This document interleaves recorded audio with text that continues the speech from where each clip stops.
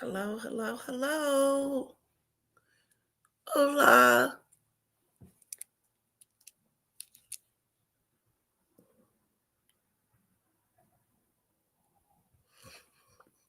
Hello, Snowdrop.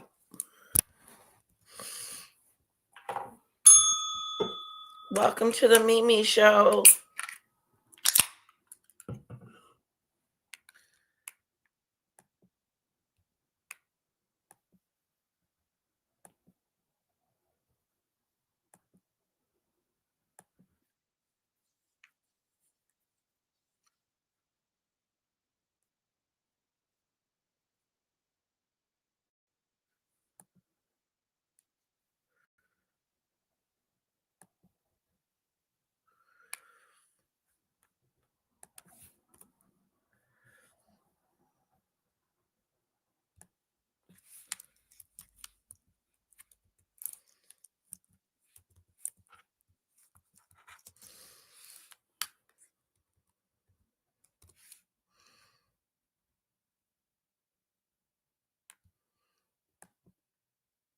Okay, I was just checking.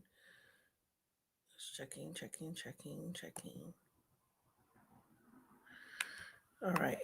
I just want to.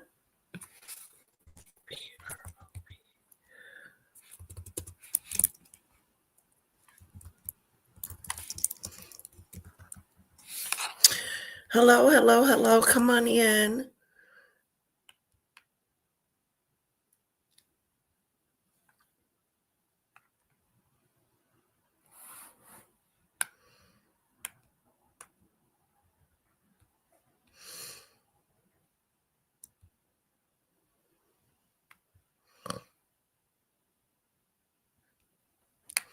Okay, let me come back. Hello, Snowdrop. Hello, please, like I do. I'm on the train. Letitia just left Sam. Oh, how was that? How was Sam? Tell me about it. Yeah, my ears. These are my daughters. I'm borrowing them from her. How was Sam?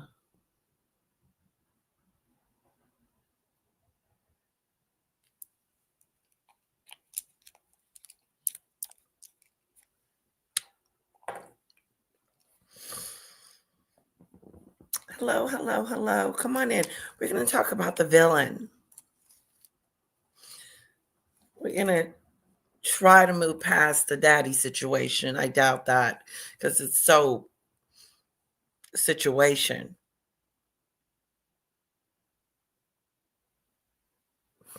Oh, okay. You can't put the volume on because you don't have earplugs. Okay, I'll type.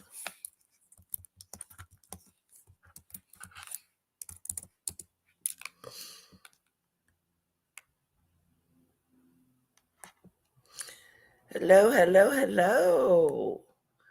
Did you tell her we said hello? Hello.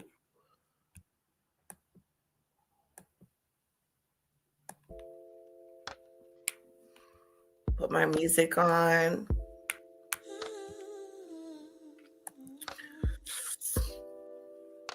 Hello, hello, hello, hello.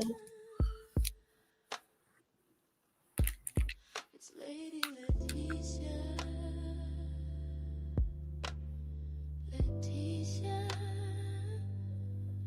Lady No. Leticia.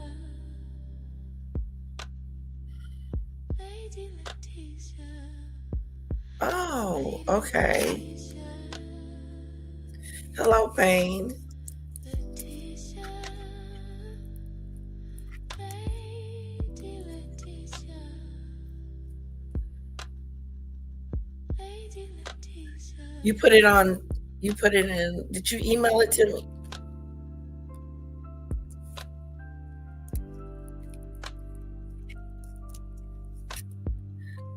I can't get into Discord. I tried all last night.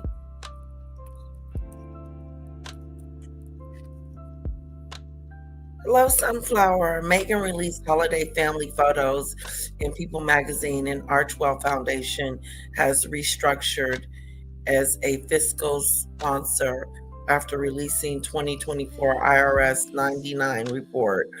Ooh, do we need to look at her IRS report?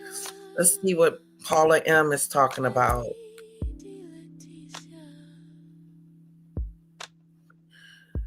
If you have that information, Sunflower, if you don't mind coming up, telling us about it, it's totally up to you. Yes, I had to get a car and a train because I didn't feel like driving in there where road works, so I was scared to drive. Oh, okay. Be careful out there, Snowdrop.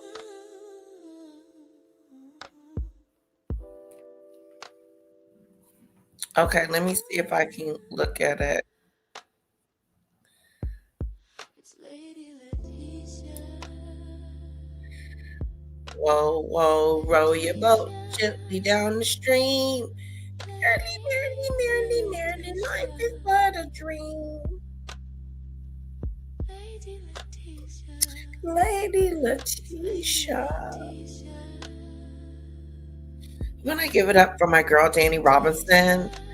I think she is going to be live today. Check her out. Leticia. Lady Leticia.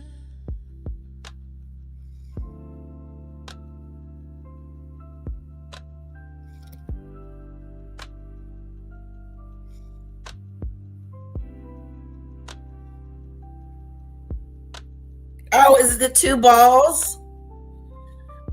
Is it the two balls?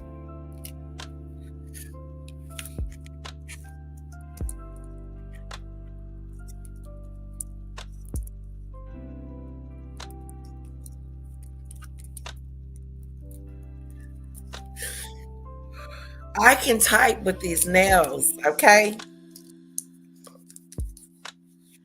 Okay, Little Bit and Eric are doing much better. I gave her a little hot, a warm bath yesterday. Not too warm, because I don't want her to be too hot. It's Lady Leticia. I got the email. I see it. It's so pretty. Wow. They're nice ornaments. Lady Leticia. Hello. Oh my God. Let's welcome Queen Tulsa to the show. Everybody, welcome Queen Tulsa. Thank you so much, Queen Tulsa. I didn't want to bug you with one of my boring lives, so I just figured, maybe one day. Can we, everybody, give Tulsa, Queen Tulsa, a hello for me? Put some hearts in the chat for her and check out her channel. You got to check out what she's got going on over there. It's awesome. Lady Leticia. As a matter of fact, Queen Tulsa, if you want, go ahead and put your link in the chat for me, please. I don't think Lady Leticia. the Santa and the flowers. Okay. Lady Leticia.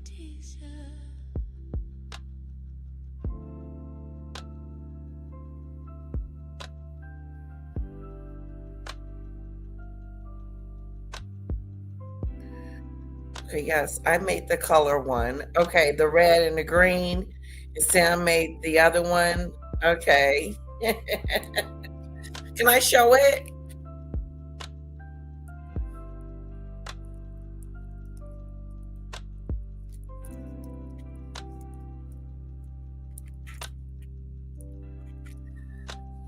I am going to put some hearts in the chat for Queen Tulsa. Leticia. The Queen has come to see me. I feel so honored. Leticia. Lady Leticia. It's Lady Leticia. The Goodness Queen Tulsa Show. That's the name of it, guys. Okay, check her out. You will be, You will have a wonderful ride with Queen Tulsa. Every time I go over there, I have a good time. So check her out, okay? The Queen Tulsa Show.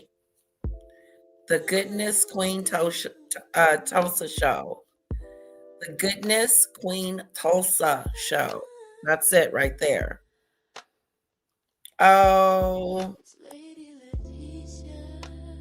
thank you, thank you, thank you. Leticia.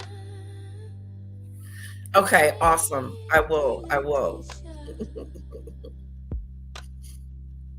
Lady Leticia. Well, today we're going to be talking about the villain, okay? Because I heard that she was a villain, and Sunflower has told us they have released their IRS report for their Archewell, which would be interesting.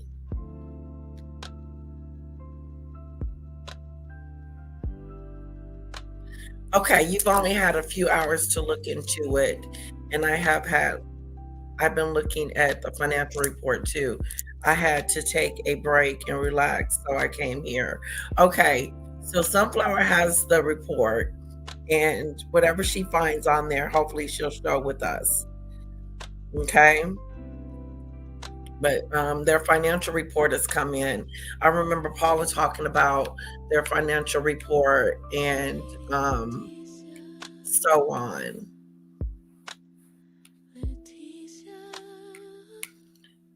But come on in, everyone. Welcome.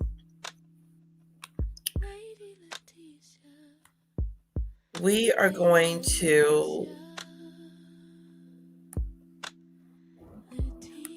I have a video that I want us to take a look at.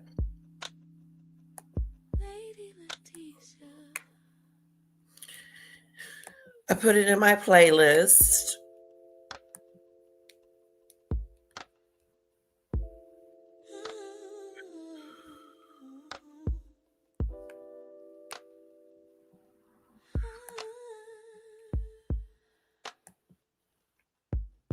It's Lady Leticia. Leticia. Lady Leticia. Lady Leticia. It's Lady Leticia. Okay, I'm going to share my screen. Leticia. Lady Leticia. Lady Leticia. Now, hello, Daisy Lee. Welcome.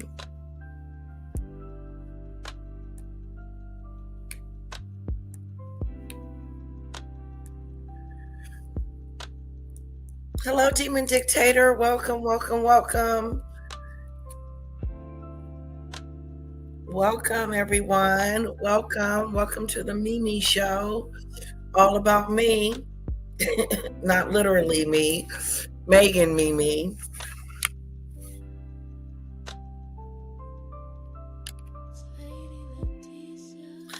Hello, French Connection. Hello, bonjour, beautiful lady Letitia. Bonjour to you too, lovely. I love that. French Connection, mama. Hello, Rochelle. Welcome.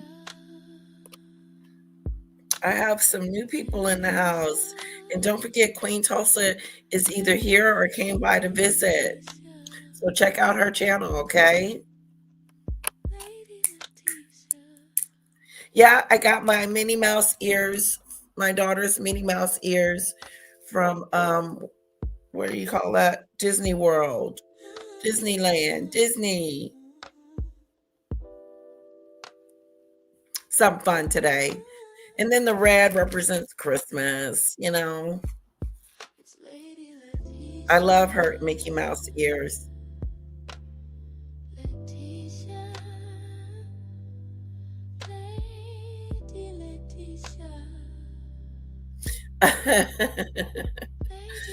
Interesting, Snowdrop. You got you a new phone. Okay, I'm gonna turn down my music a little bit, a little loud.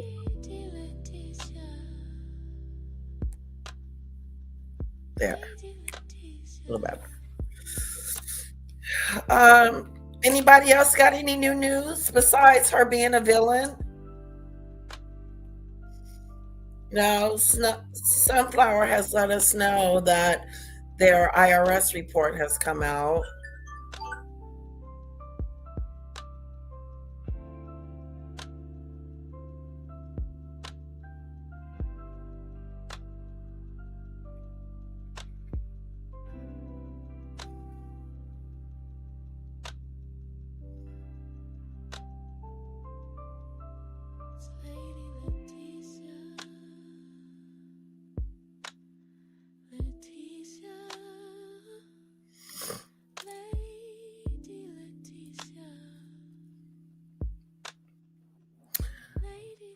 For real. Hello, Cassandra.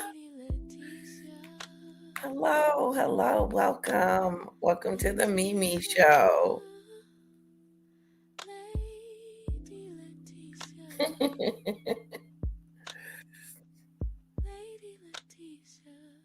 Right. Is it Raquel? If I'm saying that correctly, is it Raquel? Rachel. It looks like Rachel. Rachel. I'm sorry. I'm very bad with names. You have to forgive me. I usually, when someone pronounces their name to me, oh, thank you so much for clarifying that for me, Rochelle. Rachel. I like both of them. For the longest time, I was calling Cassandra. I was putting an A in her name instead of an O. So when I finally pronounced it right, she let me know, you got my name right. So I appreciate that. I gotta know.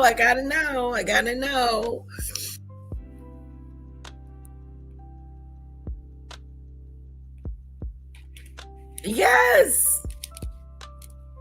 I know who you are, French Connection. Your beautiful name.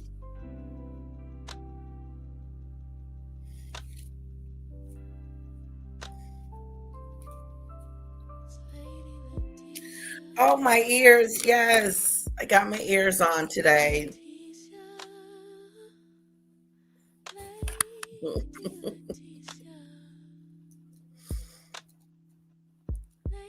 Okay, so let's see what these two ladies are talking about.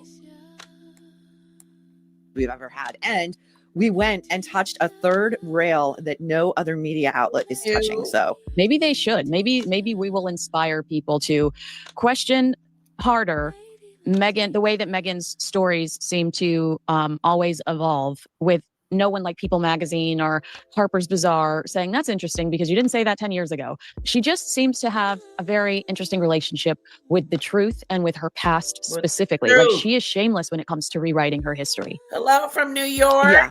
And Hello, what Lady concerns Spy. me is what she's going to say upon her father's death about him. Exactly. And so I think it's good that we start pointing out now, here are several examples of her doing this. There's the video circulating from 2013 of her with Craig Ferguson, where she's so flirty, talking about how she loves her dad. The UN speech where she's talking about how, her dad helped her with this dish soap campaign. Which again, he said did not happen that way. It was a class project. Oh my God, how boring is she? How boring is she? Boring. Have you noticed how she tries to make it sound like she got herself, she is her own hero in her Hollywood story? And it's like, girl, I've seen you. She's her own hero. It's like, I'm a hero. It's really conceited. She's very conceited. Like, look what I did when I was young. I turned a soap commercial into this big to-do. How many times are we going to hear about this soap commercial? I don't even want to hear these ladies talk about the soap commercial. Like, I am over the soap commercial. Aren't we? Let's continue. You sitting in chair number 3 in the classroom in Married with Children episode, whatever. Like, you wouldn't have been on Married with Children if it weren't for your daddy. Your daddy got you the extra role in General Hospital. She got a role in General Hospital. Hello, Judge Shady Court. Welcome. Hello. Put some hearts in the chat for Judge Shady Court, guys. Yes, thanks for visiting. I love when you come by. Happy Friday to you too.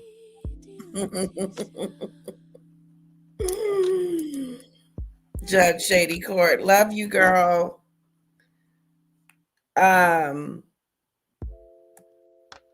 What was I gonna say? I'll put the link here just in case. There's the link to my panel. Oh, did you do a live today? I'm gonna have to go check it out. Everybody go check out Judge Shady Court. She's got some good stuff going on over there. She'll make you laugh, that's for sure. And pray for you. And catch you up on the gossip of the week too. Okay. Yeah, Cassandra asked me a question about the kids. And maybe someone else can help. Sunflower, that was a good question. Are Meghan's children entitled to royalties? Are they? Snowdrop, can you answer that question? Hello, Payne. Hello, Kathy. Oh, she was on General Hospital for like 15 seconds. Oh, okay.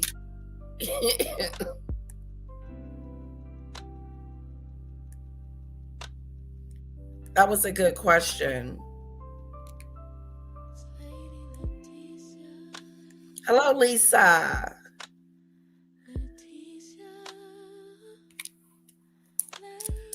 Yeah, she does, Rachel. She does. She tells it like it is, okay?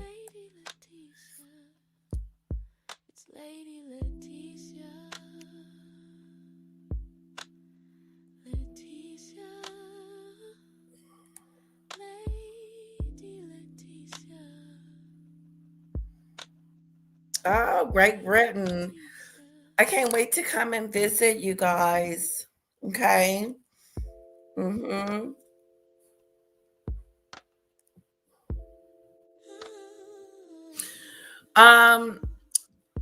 Demon Dictator wanted to know, what do you mean by royalties? Are you talking about the money? Are you talking about just royalty in general? A little bit more specific.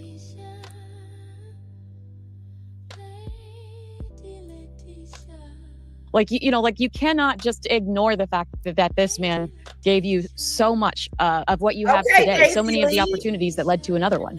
So apparently, there have been heroes. I don't want to get on your nerve.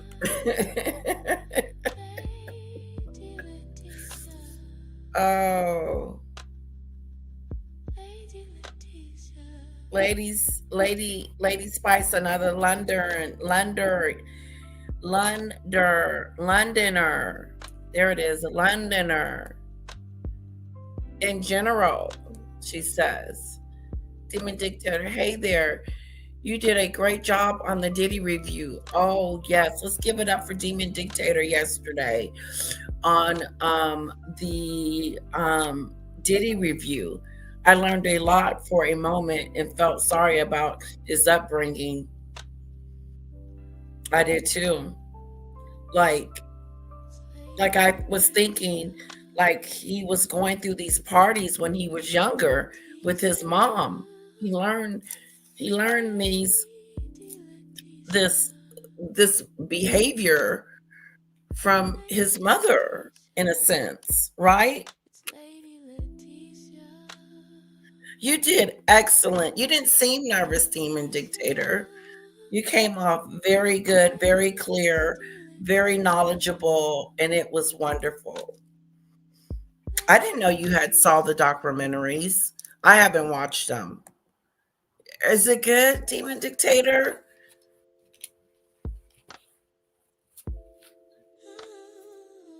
There is no way those kids are entitled to be in the line of succession, but they are.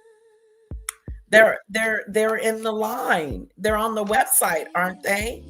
She did not in any way bear those kids. It's very obvious. Yes, it is. It is obvious. Lady Letitia. It's Lady Letitia. You were very professional. You were your professional self. Goes online, digging back in the Wayback Machine through the TIG. I was reading this morning, where she also was very effusive about her father on that website. And Yeah, she does lie a you lot. know, my theory as to the quote unquote estrangement is that Thomas Markle has not aged well. He is very overweight.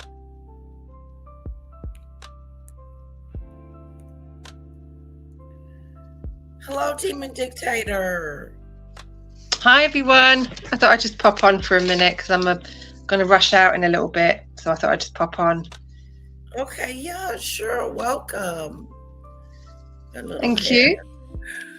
You did so well yesterday on the show. Oh, thank you. I was actually really nervous. I don't know why. I was actually really nervous. Yeah, But- it can be though. It can be nerve-wracking. Yeah. Like I do it with someone too, like Julia. I was extremely nervous. Speaking of Julie, me and her need to connect again. Yeah, you need to do another one with her because you two really get on well. Hmm. But it was I was nervous. I was very nervous. But Yeah. you sounded very good. You sound very knowledgeable, and it was very interesting. I enjoyed it. Oh, Yeah. thank you. I'm sure she'll have you on again. That was great. Yeah. Yeah, I do like doing it. I think once the nerves go, you do fine. Yeah, once because you're giving us some great information, and it's so interesting. You're very good at it, and you're thorough. Oh, thank you. Thank you, everyone. You're very Yeah. kind words. Yeah, Thank if you're you. ever thinking about doing it yourself, having your own channel. No, I work a lot. I've got a full-time job, and sometimes I do really long hours. So I just hijack other people's channels. I just Okay. go on theirs.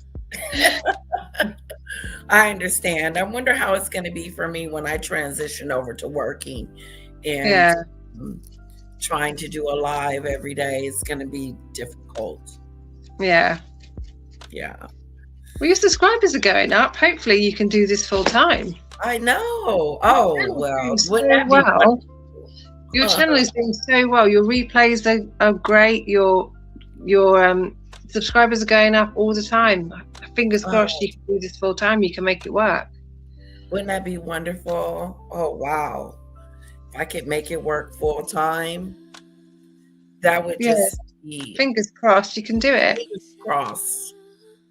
Yeah, you're going in the right anyway. You're going in the right direction. So carry on with the collabs with everybody. Yes. Just Mhm. keep putting yourself out there. You're doing so well. Thank you. I appreciate that. Kathy says they should not be in the line of succession because they are not living within the royal family. They know nothing about being a royal. That's my opinion. That should sort this mess out. The thing with the line of succession is just the line of, well, the line of succession. It is from Her Majesty the Queen or the Majesty the King, and it's his firstborn, secondborn, and then the grandchildren. And so that's all that is. And it's just, as everyone is born into the royal family, where their places are after the king or queen. Just because you're in the line of succession, it doesn't mean that you qualify to become monarch. Okay. To qualify to, if something happens to the king tomorrow, and God forbid William and his children, and then suddenly they've got to go to Harry and Meghan or somebody else, it doesn't mean Harry will automatically get it, because you have to qualify. You have to. Harry, at this moment in time, he wouldn't qualify to be monarch because he is a self-confessed drug user and abuser. He's clearly a traitor traitor is my words, obviously, and he's a self-confessed drug user and abuser. He just wouldn't qualify. After Harry is Andrew, the man formerly known as Prince Andrew. He doesn't qualify anymore because he's been removed. Ooh. So you can remove people from the line of succession if they are not, if they don't qualify to be monarch. After Andrew, I believe his daughters, and then Edward. So if just because you're in the line of succession, it doesn't mean that you qualify. So if you're worried about, if God forbid anything was happening to William and his kids, oh my God, Prince Harry would become. No, he wouldn't. He wouldn't, because he just wouldn't qualify. He's too unstable with a self-confessed drug issue. Stable. Yeah, and also they're now, there also talks about Archie and Lily, because Lily was born in America, Archie was born here. Obviously, there's a lot of questions over them, but if it is found out that they are not born of the body, if you like, well, then they won't qualify. So they may be removed at a later date. So at the moment, they're just kiddies, just at the moment, they're children and they've got a lot of questions over them. Just let them be while they're children. And then if it comes to it as they get older and they be removed, so be it. But I wouldn't want to put that stress on them as children to remove them out. Interesting. They are not going to be king and queen, basically. No. So the government, if it comes to really good to know. Yeah, if the government, if Harry suddenly tomorrow, something happens and Harry tomorrow becomes, the future monarch, the government will just take him out. Like they've done with the man formerly known as Prince Andrew. They just take him out, take the titles away from him, and they just remove him. Well, Meghan's not going to let them take the titles, so that's not happening. Like, she's not, even if she gets a divorce, she's not letting you guys take her titles. She might not have a choice, I'm afraid. Look at Fergie. She's no duchess no more.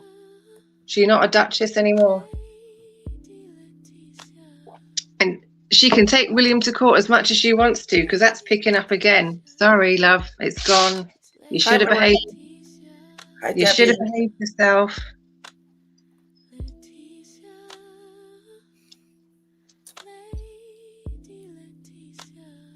And who was the one who asked the question? Cassandra. Yeah, I think it was Snowdrop. Yeah, Cassandra.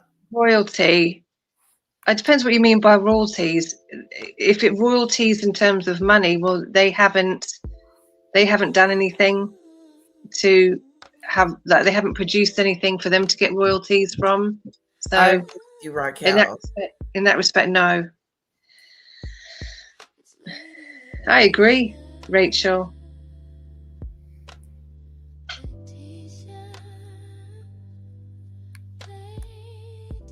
That may be happening sooner than you think. You never know. Oh, boy. Wait, he's a ruddy complexion. He doesn't look like a member of the world to which Meghan so desperately sought to belong, and for 5 seconds was a member of. But neither does Doria. But in Doria's case, it benefited Meghan. Right. It benefited Meghan. Yeah. It benefited Meghan, even though we still don't know why. All the interesting things that Meghan could really offer us that would that would accrue to what she firmly believes is her main character energy when she is literally like extra number 10, like would be, hey, what happened those alleged reported 7 to 10 years where your mom wasn't in the picture? Yeah. Where was she? Yeah, where was she? I'd love to know. We can't talk about it. Why can't we talk about it? Yeah, I know. Yeah, Her why poor can't we dad, who talk gets about completely ridden. Yeah, she also used to just love on her dad on Instagram. Talking about how he used to take her to ballet classes in Bel Air and delis in Beverly Hills. And then once she sits down with People magazine, she's like, I used to eat at the $4.99 salad bar at Sizzler. And it's like, don't forget when she wasn't eating off her tray table at home while reading Ms. and watching Jeopardy. Yeah, gosh, oh my gosh. The purpose of the purpose of our nerve convo though was, I think you agree with me that Meghan Markle has not sincerely reached out to her father since he's had his leg amputated, and this is all just PR spin. Am I right in saying that? You can boldly make that assumption, my friend. You really can. You want to tell me that Meghan Markle can't ascertain. I know she tears through people, through staff, like Kleenex. However, reportedly, allegedly, she does that.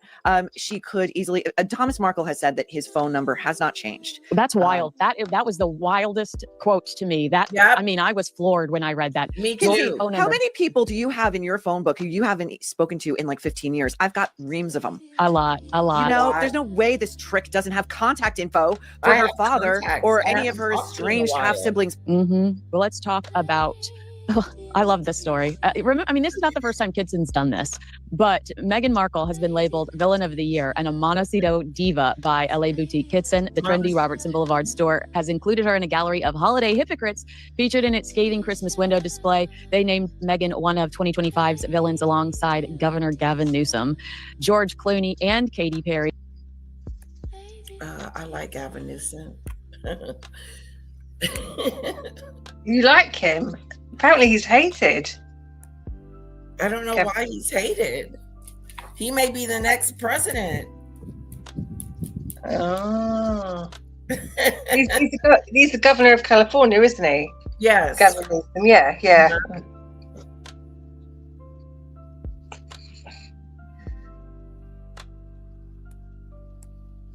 What I love about this, okay, so you and I hope I'm allowed to say this, we're sitting at the Polo Lounge and we were actually like laughing at John Voight passes us and we're laughing at the idea that this is where Meghan wants her interview. This is where Meghan wants to be seen. It's just so basic B word, right?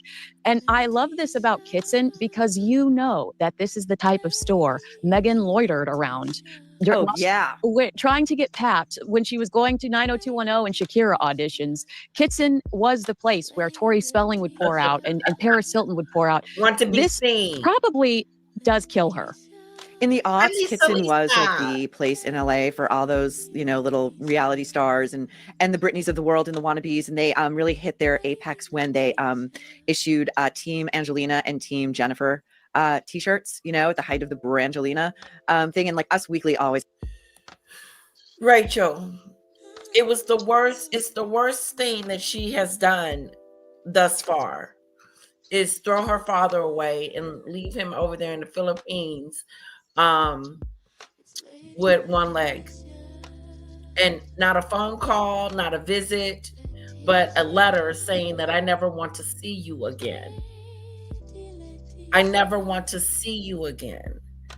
That she's doubled down, tripled down on her father is unalived. He's not living anymore. He's dead to her. It's a really sick situation. It doesn't make her look good at all.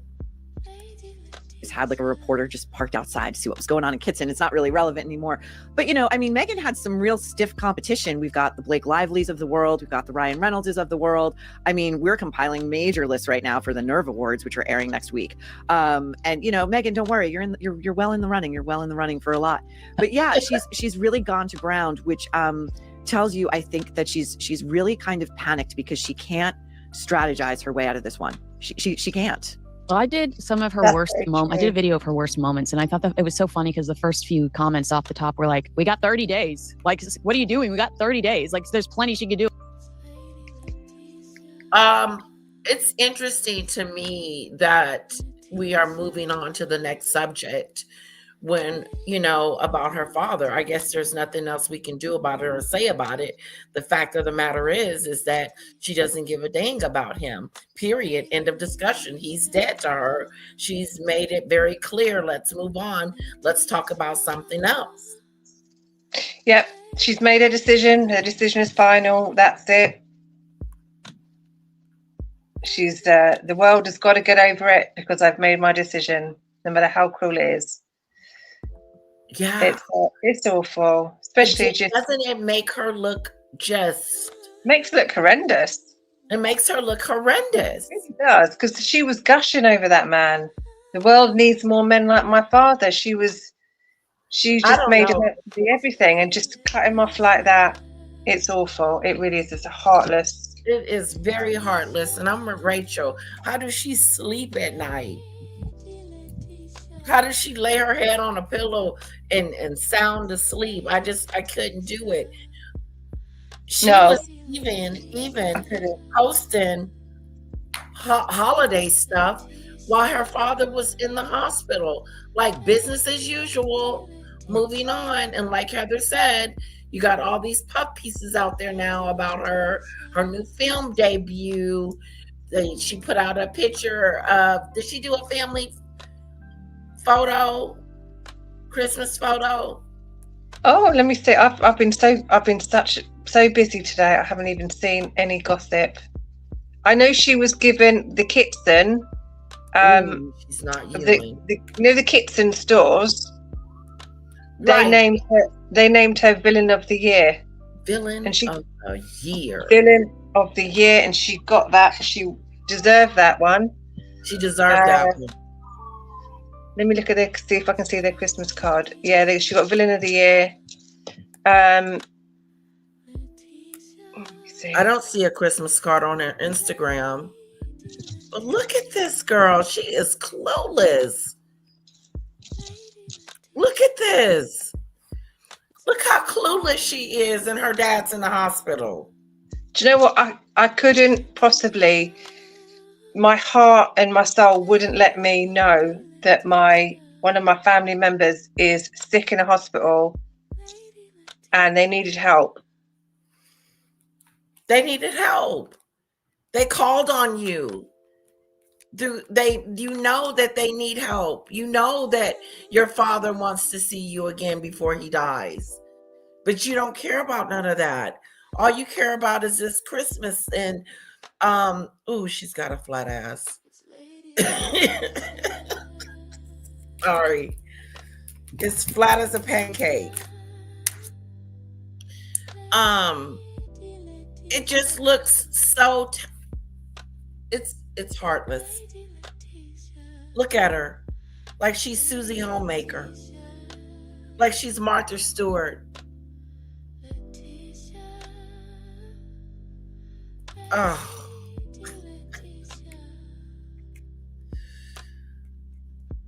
Here's some of her orange marmalade.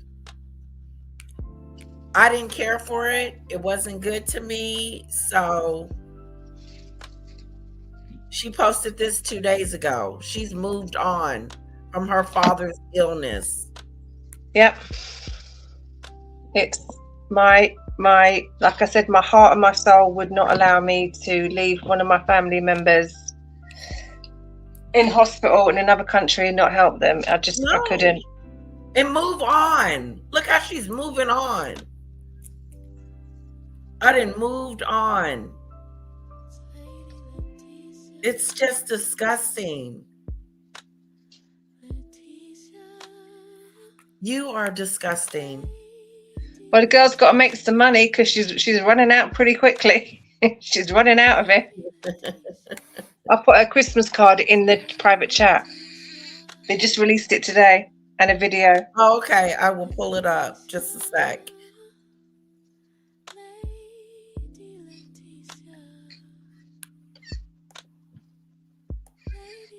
She's a villain of the century. Is more like it. Yes, the villain of the century. That's it. I'm gonna have a quick look on Google and see. Effing good. Look on Google, see if I can see any update news.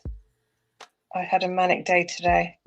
Finally, an award she didn't have to buy, and one she truly deserves. You deserve this one. You're a villain. You left your dad in the hospital, destitute in the Philippines. She does. She thinks she's Susie Homemaker, girl. Daisy Lisa's karma. Rachel says she don't even know how to use kitchen utensils correctly.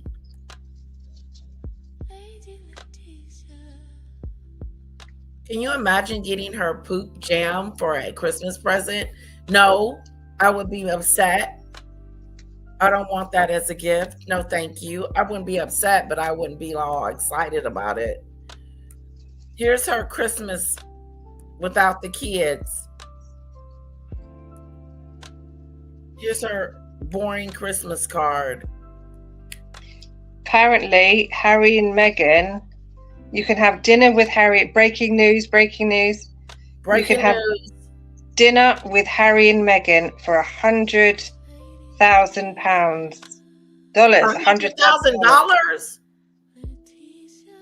Prince Harry and Meghan have quietly auctioned access to themselves to the highest bidder as a way of raising money, it can be revealed. Oh, okay. Their tickets to attend a dinner with the Sussex go for around $100,000, £75,000 a plate, as they use the company Charity Buzz to raise funds for their charity Archwell. They shouldn't even put themselves out there like that. No one's going to pay that kind of money to go see her. We don't even like you. Up to now, the charity relied on anonymous wealthy donors, which has allowed them to make grants to their selected good causes. Last night, a spokesman for Archwell confirmed, "We have partnered with numerous fundraising partners over the years, and Charity Buzz has been one of them." Why? It seems explained that Archwell has used the company to support fundraising dinners on World Mental Health Day. That's her way of being cheap and not giving from Archwell. You're not even giving for your charity. You're not even giving from your charity. Now you want us to pay $100,000 to come see you in person? Can you imagine sitting at dinner table talking to them too? Egypt, him talking about his mum and how the media's trying to kill him, right? And Meghan talking about when she was 11, I changed the world. Do you know what I did when I was 11? It'd be boring. It's gonna be boring, and it's first of all, you want too much, and you're not worth that. Let's see how that. Remember that 40 by 40? It's a gimmick. It's another way. I don't see it. I don't see her making money off of this. No one's going to want to have anything to do with these two people. Every single day, it's been getting worse and worse for a long time. But hi, Diane. This stuff with her dad, this is the icing on the cake, I think. It's really speaks volumes that she would think that people would want to come and sit down with her for almost $100,000. Like, come on. No. We can barely stand you now, let alone it's free. room, and then to pay for it. We're struggling to listen to her for free. Never mind, pay for it.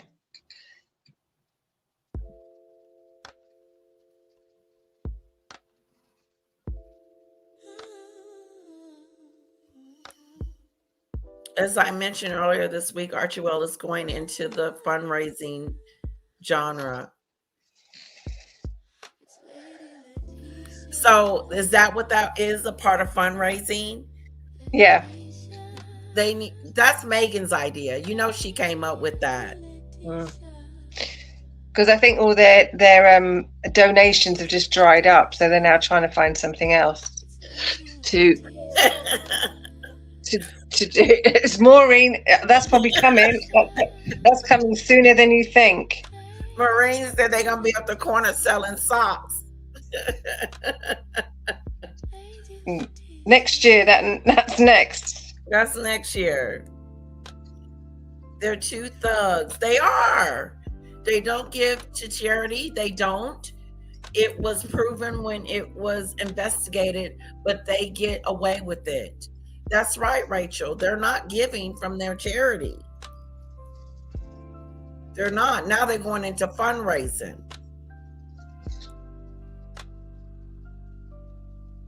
I don't know either. Diane. You know what? She put the icing on the cake for me this week and last week, not going to see her father and getting in contact with him, and then double downing that she don't want to have anything to do with them. I'm done with Meghan on that. I've lost all respect for her. I'm not sure I ever really had any, to be honest. Yeah, that's true. No, in the beginning I did. No, in the beginning I liked her. Yes, we had respect for her in the beginning. But look what happened. Yeah, like I wouldn't want to meet her. She's not like, oh, if it was one person that you wanted to meet that was famous, or, you know, think they're famous, because she thinks she's famous. She is famous, but she's a villain famous. She would not be that person. No one's gonna. You may get. She tried to do this before. Remember, she tried to do this before. Like you could buy a table for $10,000 or something like that.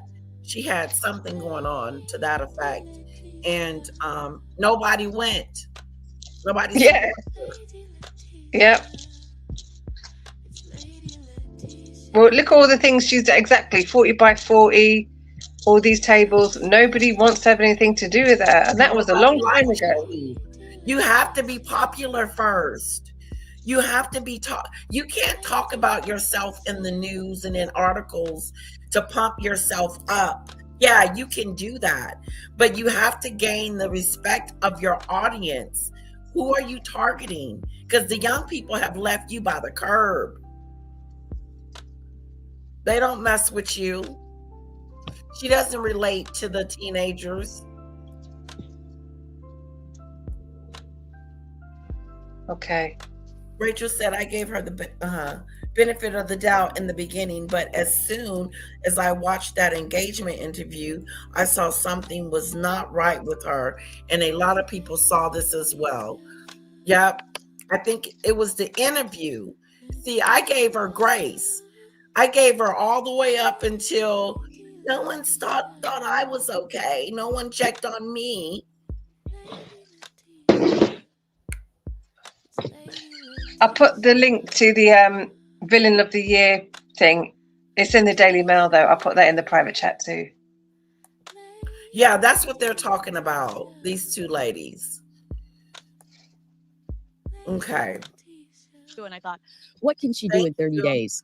Well, it's not really what she did. It's what she didn't do. It's the combination of releasing a crappy Christmas special the same day her father needs an emergency surgery and her not responding appropriately. I mean, you know, to the commenters, you were right. I was wrong. She could make 2025 even worse for herself, and she has. Have you seen this in your algorithm that 2025 is the year of the snake? Oh, I have seen that in my algorithm, but elaborate, because well, it's all about shedding, right? Shedding things or people or.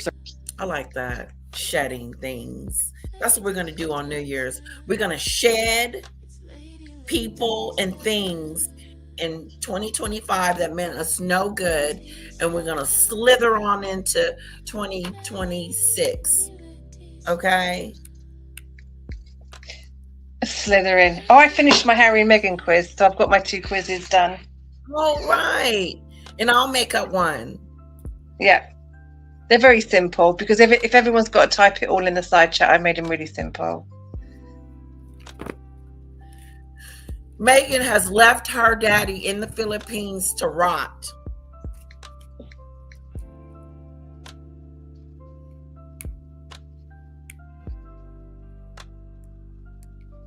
Circumstances that no longer are good for you.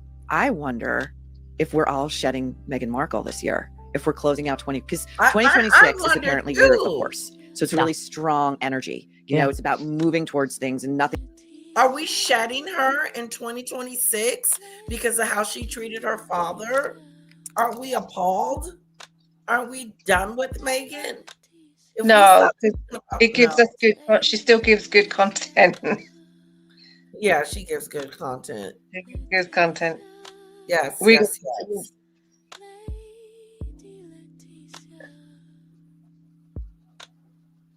Okay, awesome. I'll do that. Okay.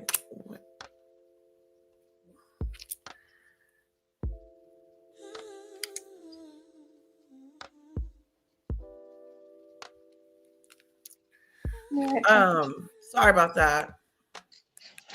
Things sort of in your way. And I think Meghan, her timing, we've talked about this, is really, I feel like the universe Slither. or whatever karmic energy you believe in, you sort of get what you give. And 2025 is Get ending with what just you a wallop give. for her, just like a Meghan, wallop in the. you get what you give. You're not going to get someone that's going to give you $100,000 to come see you. Why? My first question to you is, why? What's up with your dad? What's up with your relationship with your dad? That's what I want to know.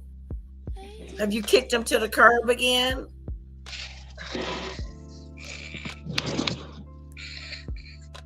I don't know. I feel sorry for Thomas Markle. I think there was always a little glimmer that somehow she would come around, but no, that's it. It's the final no.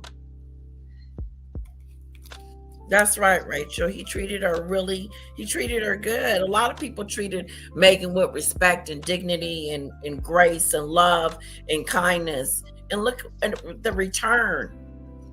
But she wants us to come and sit down and eat with her. You have nothing to offer anyone but negativity, bullying, and nasty behavior, Meghan. Very nasty behavior. Why would you think we would want to come and sit down and eat with you? And I wouldn't, even if I had that to give you, I wouldn't give it to you. If I had that money, I'd rather give that money to her dad than give it to her. Exactly. I'll give it to Junior first. No, I wouldn't give it to him. I'd give it straight to your dad. I wouldn't trust him either, to be honest. I know, I'll throw that in there.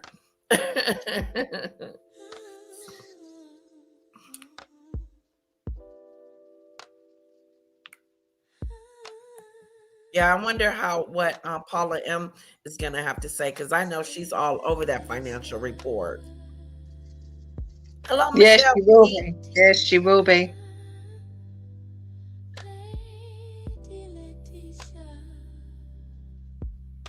Repulsed.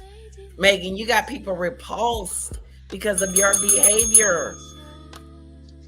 And you're talking about paying to sit down and talk to you? These puff pieces that she keep putting out?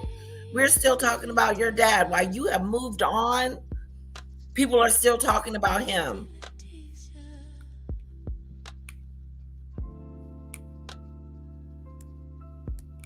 Solar plexus. Many of us have had difficult relationships with our parents. I don't think any of us would ever consider something as heartless as allowing one of our 81-year-old fathers in the Philippines in ICU with a foot freshly amputated at Christmas.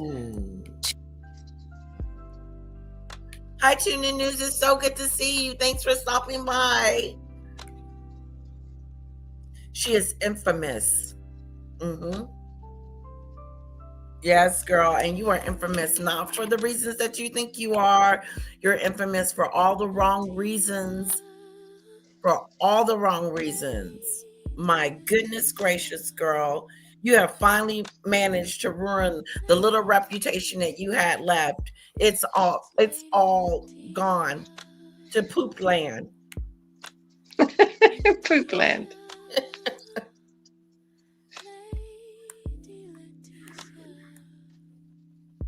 I'm sorry, she's a special POS evil demon. Now, she's very sinister. She's very sinister. How does she go on like nothing? Did you just see her on the Instagram? Let me show you on the Instagram. This is how she goes along about nothing. This is how she do it.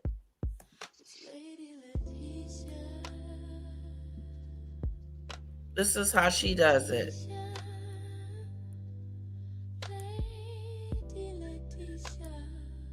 Mind you, in fairness to her, it's the busiest time of the year. She's got to sell her wares. This is how she goes along with throughout her day like it's nothing. Me, me, me, me, me, me, me, me, me, me, me, me, me. My jam, my stuff, mine as ever.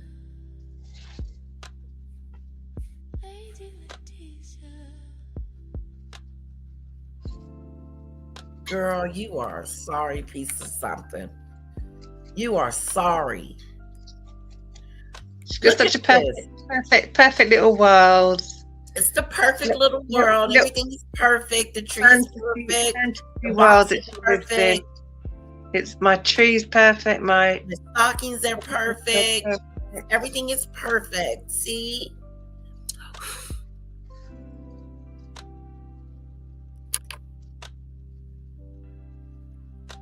See how perfect that is? And the writing and everything is just so perfect.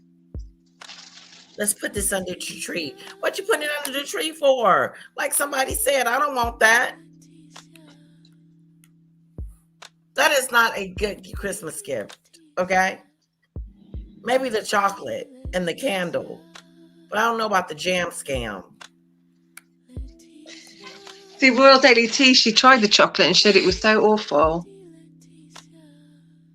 The tea? She tried the chocolate. Oh. Royal Daily Tea, Michelle. She I did. She brought one of the chocolates and she said it was so awful. That's what I mean. I can't understand why you would put so much effort and so much money into this for the products to just be so bad. You're just be so bad. You're at a loss from the minute you start by producing crap stuff. Yeah, she didn't think that she didn't. A waste of time and effort for everybody. That is. It really is. And she should have got it the first time when she sent those 50 jars out to her friends to taste. Didn't they give you some feedback? Yeah. Or did they lie to you and say it was good? Because it's not. I should have ate all of that. I should have been toasting every morning. Exactly, of course. Mm-hmm. And I was not. I wasn't toasting nothing. I did toast with you guys, an English muffin, and with some of her jam, her raspberry stuff on there, and I barely got through that. But the bread kind of soaked some of that tartness up. I want to say, girl, you are a villain. You're a villain. She's disturbing. I wonder if exorcism or electric brain shock would reverse Peggy Marco's brain damage. Michelle. Girl. Remember yesterday when Marco Jr. had her in that shock thing and that lady was jumping around? Yeah. She needs that.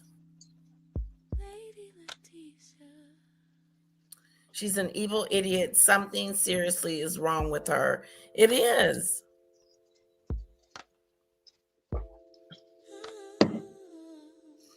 Pops wasn't sitting on the corner with a cup begging for coins.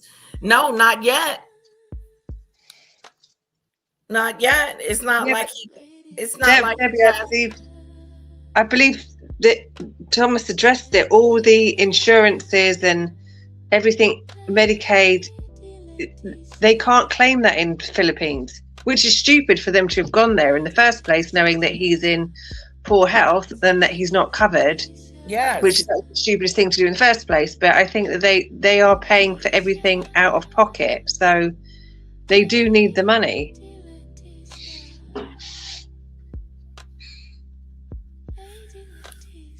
Yeah, they do. They do. They need the money. I can't even fathom what that bill is to have an amputation like that. That must be huge. I know. Because He looks so calm, don't he?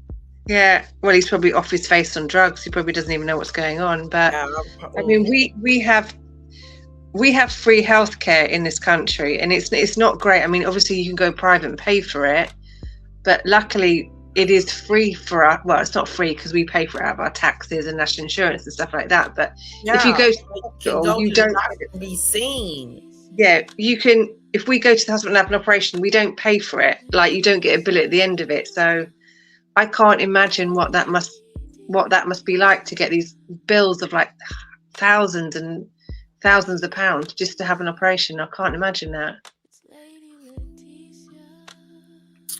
Debbie, I believe that they need money. You believe that they don't. We're going to disagree. Hello, Ziggy Lee. There wasn't anything wrong with Meghan.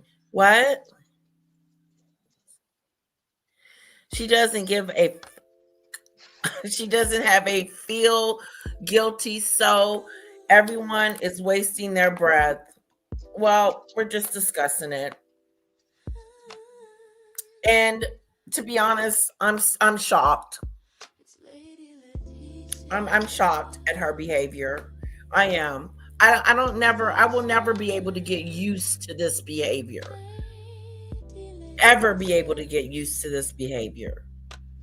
So I'm going to be shocked because I don't know this behavior. I don't give a damn about your behavior. It's heartless behavior. Heartless behavior. It's hard to comprehend. It's really shocking. It's really a shock. I think I'm going into shock. Look at this. Look at this. Me.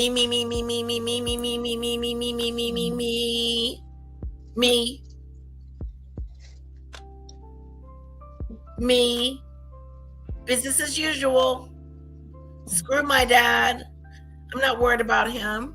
Look at the while her dad's in the hospital, look at the Christmas card, and they did a Christmas video as well, and they put that out while her dad's. I'll put that in the private chat. A Christmas video? Yeah, Christmas card and Christmas video. That's how much she cares about her dad.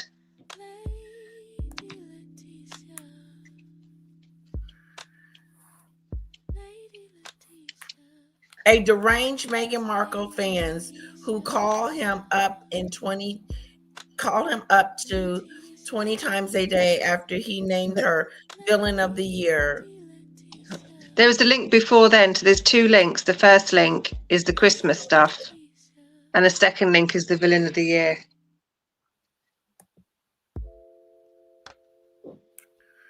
Oh, Ziggy Lee wants to come up. Harry and Meghan Markle share their Christmas card. This is Ziggy Lee wants to Christmas come card. up. If you can drop the link. Ziggy Lee wants to come up. Hold on 1 second.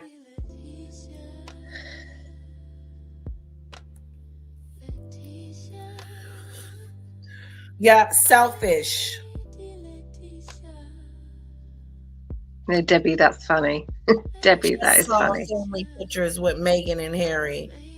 You did tune the news.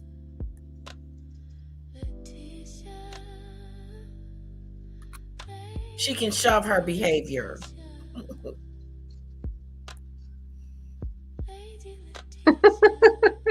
I like that, Debbie Campbell.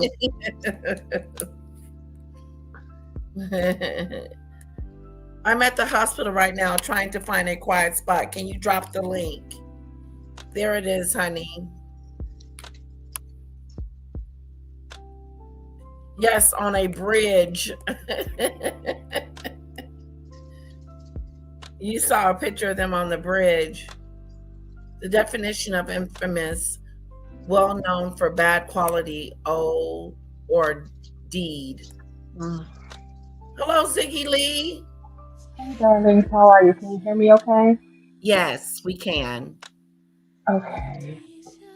I don't know why everyone's still talking about this. I know that it hurts people's feelings for those who don't have their parents, particularly a father, especially if you're a daddy's girl, which I was. And I know it's like, no matter what, I mean, this is really detrimental. I mean, cut a check, clear his accounts with the hospital, get the house paid up, get them groceries, pay the utilities. There's 1,000 things she could do. And we all know this. But the one thing I can say in her defense, she is consistent that she doesn't give a goddamn. She didn't care about Prince Philip. She didn't care about her Royal Highness, the late and great Queen Elizabeth. She didn't care about Charlotte, even though there's a different story I've heard about that. She Yeah. doesn't care. This attitude that she is exhibiting is not anything unbelievable. It's not new. It is a continue. They She just know how to play the long game. Yeah, she's not a big extension to the family. She Definitely just not. popped in and they let her in. Now, if anybody should be held accountable is the Markles and the Raglands because she come from there. But But Diggy Lee, can I just say, Diggy Lee, I agree with you, but the royal family letting her in could never have foreseen what she was going to do. and I You agree know, with that. we all You're have a absolutely past. right. We all have a You're past. absolutely right. Yep. We've all done things in the past that we're not proud of, and every single person is allowed to a clean slate going forward. And when you get married, you can have a clean slate. No one could have foreseen that she was going to do this, and the royal family cannot be held responsible for what she's done. They I gave agree. her I agree everything. with that. They brought I her in agree. with a clean slate. They gave her a clean slate. They gave her everything. They gave her a chance to sort her life out and move her on to bigger and better things than what she had. They gave her everything, and they could never have foreseen she was going to do this, and they can't be held accountable for that. They can be held accountable for a portion of it because they did not have to let it go on this long. The minute they decided to leave, I believe the title should have been taken. They already Yeah, took the security and money stuff. There's I there's agree. things they could have done so things could have gone further. She was going to play the race card either way because she Yes, doesn't she want to be was, black but anyway. She was going again, to play the race card anyway. yeah, but Mhm. when they left, that was well, I believe they got kicked out, but into the public I view, believe, they yeah. just wanted to leave. At that point, they hadn't done anything wrong. So why would you take the titles away from them at that point when, in theory, they hadn't done anything wrong? They, Because Demon Dictator, Um, they did. They left the royal fold. They should have removed the titles because they're not working royals anymore. hmm. But neither is at least Princess remove Beatrice. that. At least, Neither is yeah. neither of a lot of the other rules are not either. You don't just take them away just because they're no longer working roles, and you would have to take huge amounts of titles away from a lot of people. Oh, At that point, they hadn't done anything wrong, so why not just remain on good terms That and let them makes keep sense. their titles? Well, they could have taken them the minute that they, after Oprah aired. Because yeah. since They we're so should have. I racist, you agree. Yeah, obviously don't want to be part of a racist institution. Exactly. yeah. But Take at them that now. point, they were having grenades that thrown at them that they were racist and they were trying to kill them, and they wouldn't let her get help. They just stood back and just went. They just didn't want to aggravate the situation by taking the titles away. In theory, if they took their titles away at that point, they would actually prove Harry and Meghan right. People thought they were racist anyway, even before. So, but Yeah. it just took a worldwide snowball effect with them. Yeah.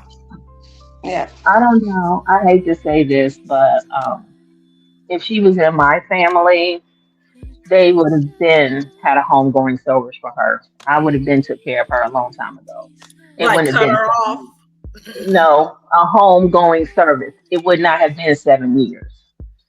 We all would Oh. have been wearing black, and it wouldn't have taken 7 years. And you know what? You know what they really need, or I know we can't go back in time, but Harry and William really needed a sister, A sister? like a rebel sister, like a Princess Stephanie and Yeah, Monica. they needed a sister. That'll grab her by her ponytail and beat her head Yes, into the concrete. That's what they really needed. they needed a sister. I Oh, agree. I think they got Zara Tyndall. Zara Tyndall would have sorted her out. Well, I've heard some stories behind the scenes. I don't know how true it is, but I think she's got slapped up a couple of times. I do believe that. That was nanny rumor stuff, but I do believe it. What? Sorry, say that again. I've heard that Zara slapped her. That Zara slapped her. That Zara grabbed her once by the arm and slapped her. And this is around the time that she told the lie on Charlotte. Go Zara. I'm proud of you, Zara. If you're watching this show, I'm proud of you. And from my understanding, what had happened was Charlotte was informing her auntie that the dress is incorrect. And Megan didn't like that. And Charlotte pulled her coattail. And that's what supposedly made her cry. That a 3-year-old child had more power and position than her. Wow. Oh, that's why Megan cried. And that's why Megan cried, but that's why Catherine cried, because Catherine is trying to, hold it in and be a good example. Yeah. Yeah, she just had a baby too. She Yeah. just had a baby. Yeah. I Yeah, tried- that's what my friend Shannon told me. Hmm. Mm. And I can say a name, Shannon de Maupassant. I don't have to say a source. That's what she Right. told me. Oh. Well, you are in Hollywood, aren't you? You have you are kind of in that atmosphere. Yeah, I'm in Ohio right now, but yeah. Right, but in general, you know these sources because you work with some of these people. Yes. Mhm.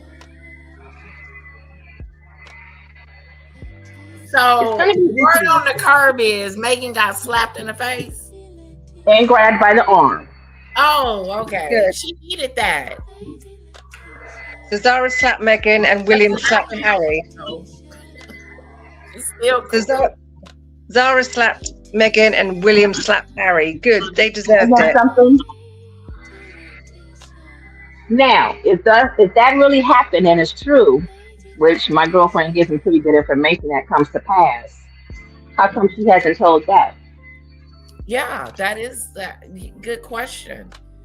So what are you saving that for? Are you saving that for a book? What are you saving it for? Probably. She's got more ammunition. I'll tell you, she's got more ammunition for another go. And then what are you doing with your dad?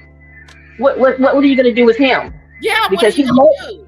he may outlive her. We're just assuming. Let me tell you, I'm in a hospital right now, and there's a 90-year-old lady that got both her legs amputated. She's already up working with physical therapy, walking. Wow. So an amputation doesn't mean I'm at death's door. ICU doesn't mean you're dying. You can be alert oriented eating a regular meal in ICU. ICU means you're in a guarded condition. It doesn't mean you're comatose or totally out of it and you don't know what's going on. Okay. If she wants to do the very least, fly him to Guam. Guam is a U.S. territory. All his insurances will cover him there. It's 1,500 miles by plane. Do that. Do something. Yeah, do something. Do something, girl. Do something. And then I question, why didn't he go there the first place? To the Philippines. To Guam. It's the same tropical atmosphere. You would have had all your insurances, Yeah, and it your was money silly. still goes as far. Do you Yeah, think it he was was trying to silly, do it, Joe. trying to be mean or trying to teach her a lesson, saying, I'm leaving. I have nothing here. So I'm leaving. No, because he was already in Mexico. But what I think he's a person that's non-compliant. I think he's a person that the doctors tell him X, Y, and Z. And He he says ain't he doing will. it. He goes home and he does what the hell he wants to do. Yep. Yep. He one of those.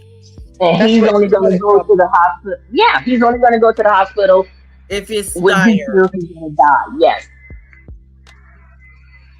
I believe that. I believe he is not listening to what the doctors tell him to do, what to eat, what not to eat, and exercise and all that good stuff. Yeah, and I think he was probably hiding that leg from his son. Hi, Andrea.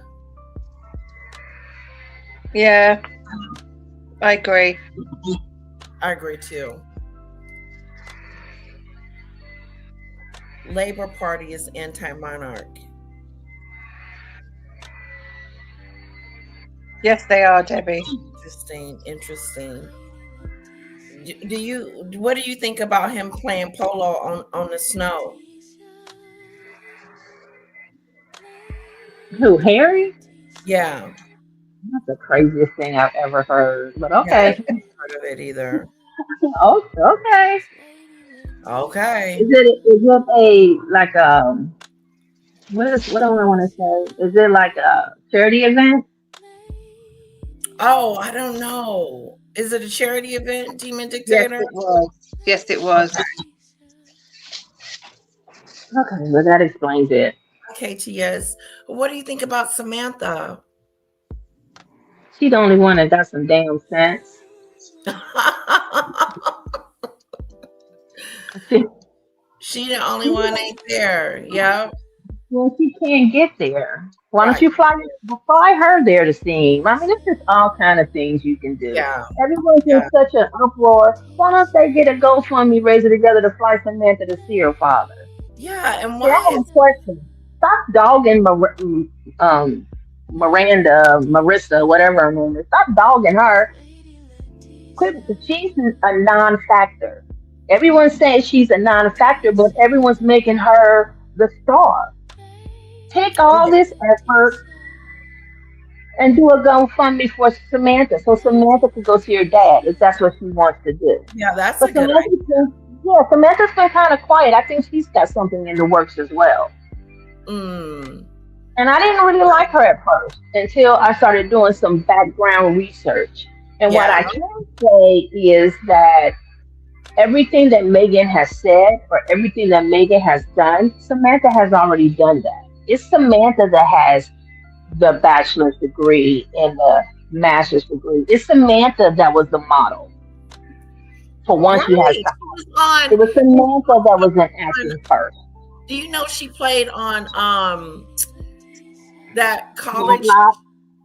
Um, not in Living Color. Yeah, I know what you're talking about. Yeah. With Lisa Bonet. Yes. Lisa Bonet show. The Lisa Bonet show. Yes. She played in that. So and her brother was on Big Brother. I mean, they've all like been somewhat in the spotlight before. She's Well, he not was only in Big Brother after Megan's right. fame. It's a shame. But Oh, from my understanding, from a gardener that I know, he used to service a lot of celebrities stained glass in their mansions because he has that skill with the glass. I don't know what the appropriate term is, but with the glass plating. So he's made some money. Now I don't know what happened, but yeah, he's very popular in that place. mm. So what do you think is going to happen to Omega Do with all her products? And I think she's going to go into obscurity. Okay.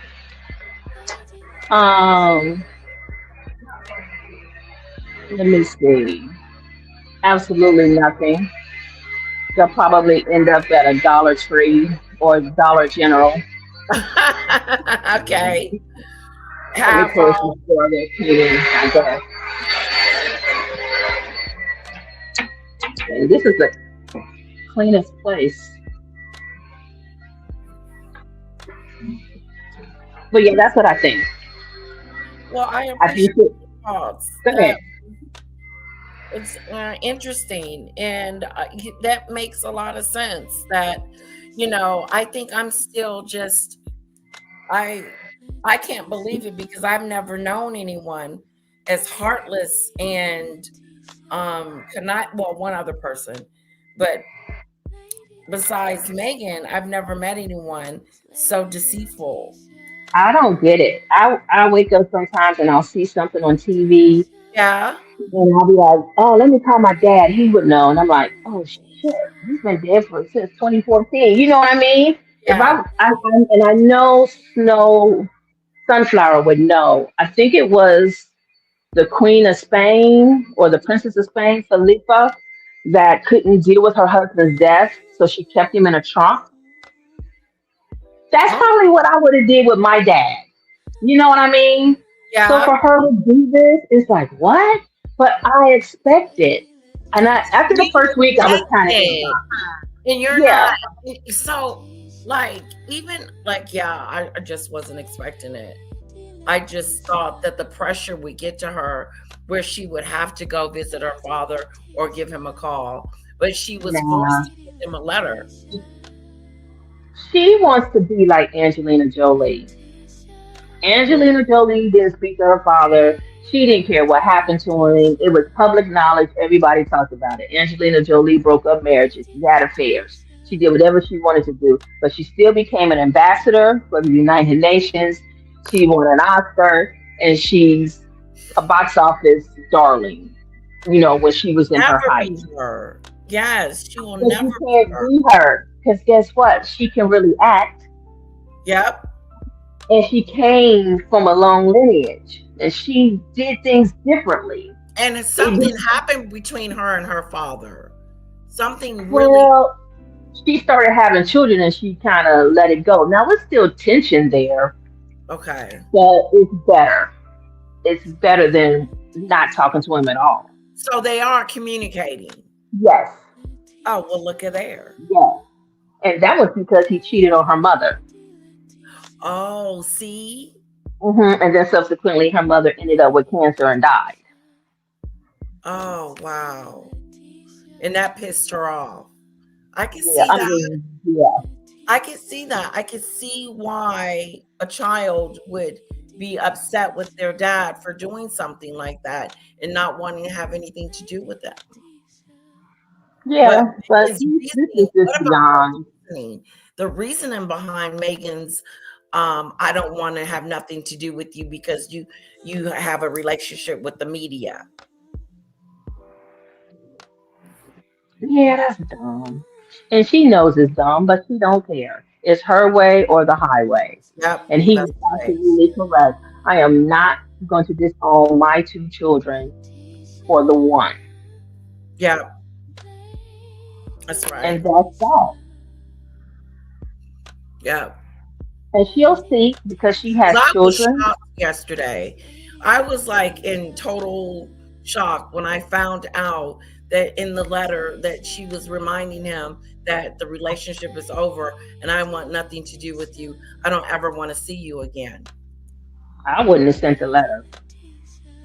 See, she probably should But have that's just me. left that alone. I wouldn't have sent the letter. I just would have left it the way it is. Because she's Right. damned if she does and she's damned if she doesn't at this point. Exactly. She made it clear in the beginning she didn't want Uh-huh. nothing to do with him.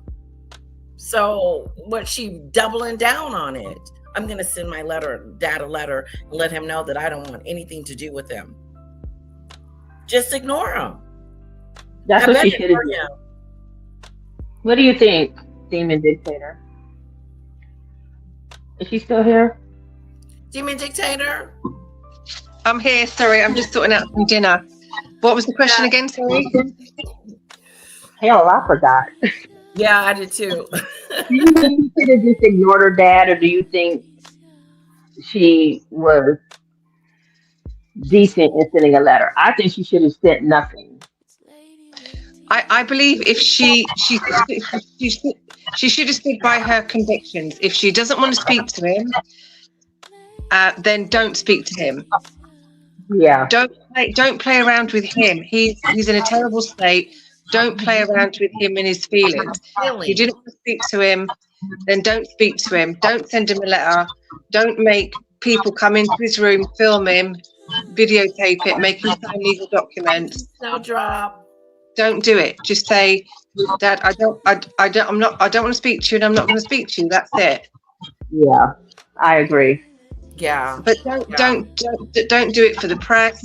Don't do it for show. Oh, I'm going to send him a letter and whatever. Just stand by your convictions. Say, I don't want to speak to you. I'm not going to speak to you. That's it. No, right. Yeah. Stupid shenanigans. And again, she's just playing with him, and to put a man in that condition through that stress of having him videotape, signing legal papers, and handed a letter, that's cruel to me.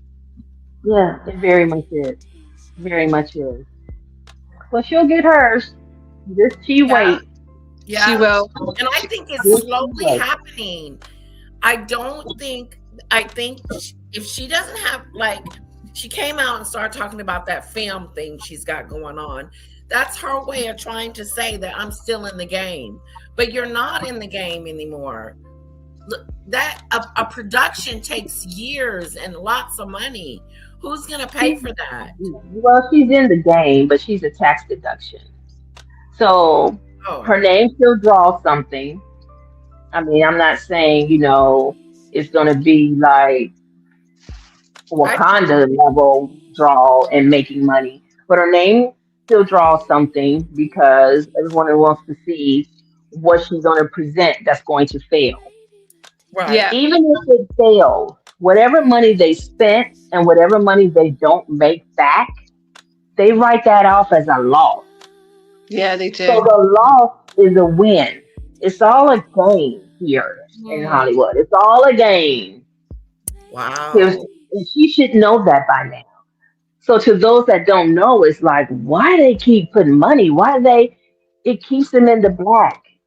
It keeps the board happy. She would darn near have to kill a puppy on camera for her to totally tank at this moment. Really? Because I think she should be telling taken you, because of her dad. Like Thomas Markle Jr. said, I think this is it.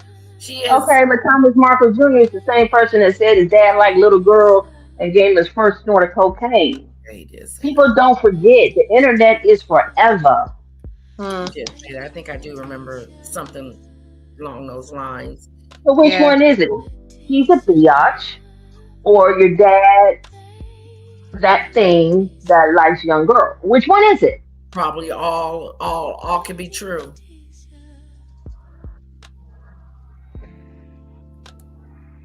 I mean, her mother was younger than her father when they got married. Yeah, she was only very, very early 20s. I Meghan's been tanking for a long time. She just won't accept it. The whole world. She's tanking. She's been tanking for years. She just won't accept it. But I think I don't see this being. I don't see her. This is a success for her. No, but she does. Because people keep giving her some kind of deal, keep giving her some kind of contract. So in her mind, I can't be as bad as people think I am. It must be envy and jealousy. They keep saying these things, but I keep getting a contract or I keep getting a deal. Yeah, she does. She's got so many over and over and over again. Yeah, but and she really is still with Netflix. It's just not the big boy contract. Actually, her contract they have with them now is even better because now they have the option. If Netflix doesn't want it, they could take it to whoever else they want to take it to. Yeah.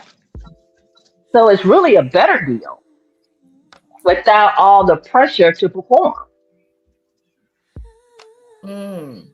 Yeah, but then they just got to hope and pray that somebody else actually wants to buy it. Because at the moment, that Netflix deal tanked. Them programs tanked. Her food's tanking. No, they did not do good at all.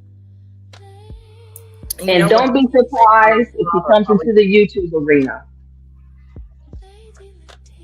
No, I wouldn't be surprised. Oh, no. Yep. because YouTube is huge, Oh, and you're right. YouTube just got the contract to host the Oscars starting in Oh, 2029. really? Yes, Wow. ma'am.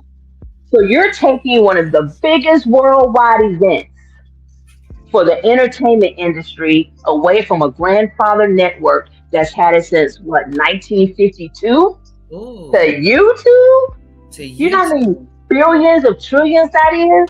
So I'm telling anybody that wants to start a channel, it's time to get in now. Yeah, it really is. This would Yeah, be but a good time. sadly, the we've heard her podcasts, the Lemonada and the Archetypes. She was Yes, terrible. that was She can't. horrible. She can't. We've seen her on her interviews. The woman can't string a sentence together about absolutely anything at all. It's a lot of word salad. It's not interesting. She's not interesting. And then she talks about the same thing because we watched her interviews, and our interviews are this. It's like, okay, she said this before, community and, family and love, just a whole bunch of jiggamajor. Yeah, she'll be on YouTube next. Talentless. How will they earn money? Harry is going and doing speaking engagements, right? Being a dictator. Isn't that helping his financial situation? It is helping him, but it's a bit embarrassing going off giving speeches at charity conferences about real estate and Christmas parties. It's quite embarrassing. It's a bit of a drop.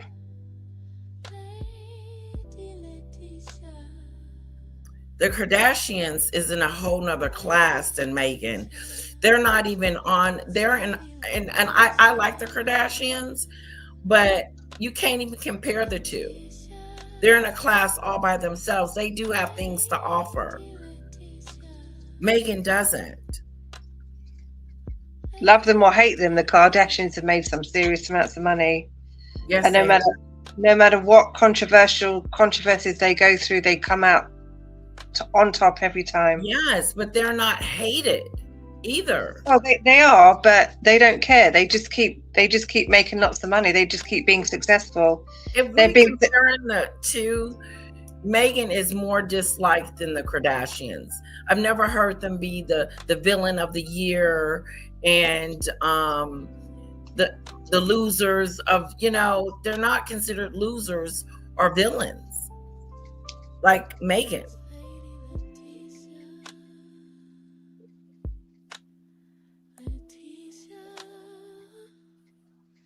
Yeah, they just did really it's well. A tribe. It's a collective. Yes, she does stand alone. She doesn't even stand with Harry. Yeah. I'm just gonna go and just sort my dinner out for a couple of minutes. I'll be back. Okay, go ahead, sweetheart.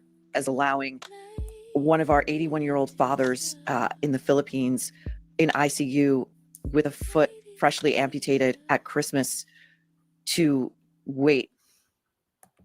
He's in the Philippines with an amputee leg. That's okay, Ziggy Lee Chick with the crown. I figured something happened. It's okay. He's in the Philippines with an amputee leg, and during Christmas, during the holidays, and she sends a certified letter for his daughter's phone call. I mean, has she not even sent flowers? No. Sent flowers, Kinsey. The bare minimum. Flowers. Yeah, right. Well, I did that see. Would mean she cares, and she doesn't. That would mean Meghan cares, and she doesn't care. If she was to send flowers, not happening.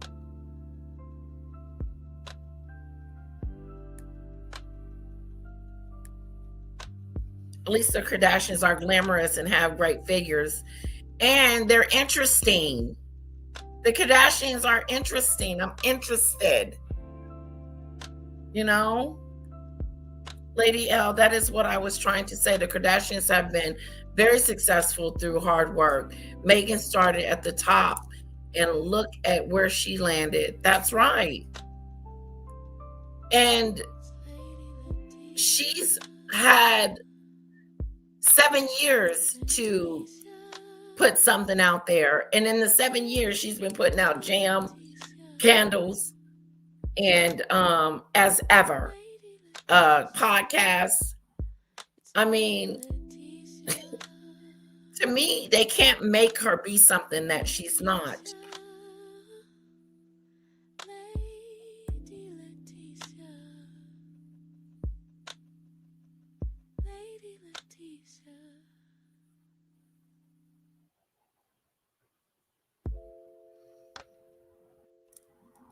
I agree, Debbie. I agree with that.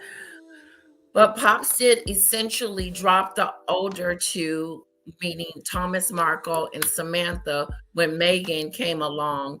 As adults, they weren't close knit. The older two became useful again once Meg was mean to him. It's like he needs Thomas Jr. He depends on him. He needs him now. He's very useful at this point. Isn't she wonderful? Human Dictator is wonderful. A report that said that Thomas could expect to hear from Meghan within the next 24 hours. And even goody. I'm sure he's just electrified by that. Even that is offensive, that there's a countdown. Like you said, he shouldn't have to be sitting there, between pain meds, wondering if and when he's going to hear from this girl that blew him off, on her wedding day. And I do believe that he had a medical emergency before his wedding. Meghan says that she blames the paparazzi shots, but she also blames the fact that she read about his medical emergency in TMZ. I love, by the way, that she's still hung up on this, that he sold images of himself to the past, right. Reading about the royal family or whatever. That for 20 years. How many times? She's been doing it for 20 years. Meghan is a paparazzi guru. And then when her father does this one thing wrong, she kicks him to the curb, like he no longer exists, like she alienates him. He's in the Philippines. Now, nobody told him to go. Nobody told him to go to the Philippines. Let's make that clear. She wished she was Angelina Jolie.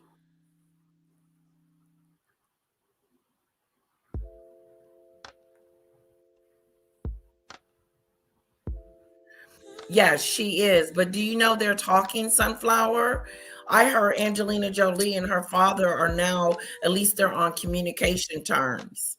So they are communicating.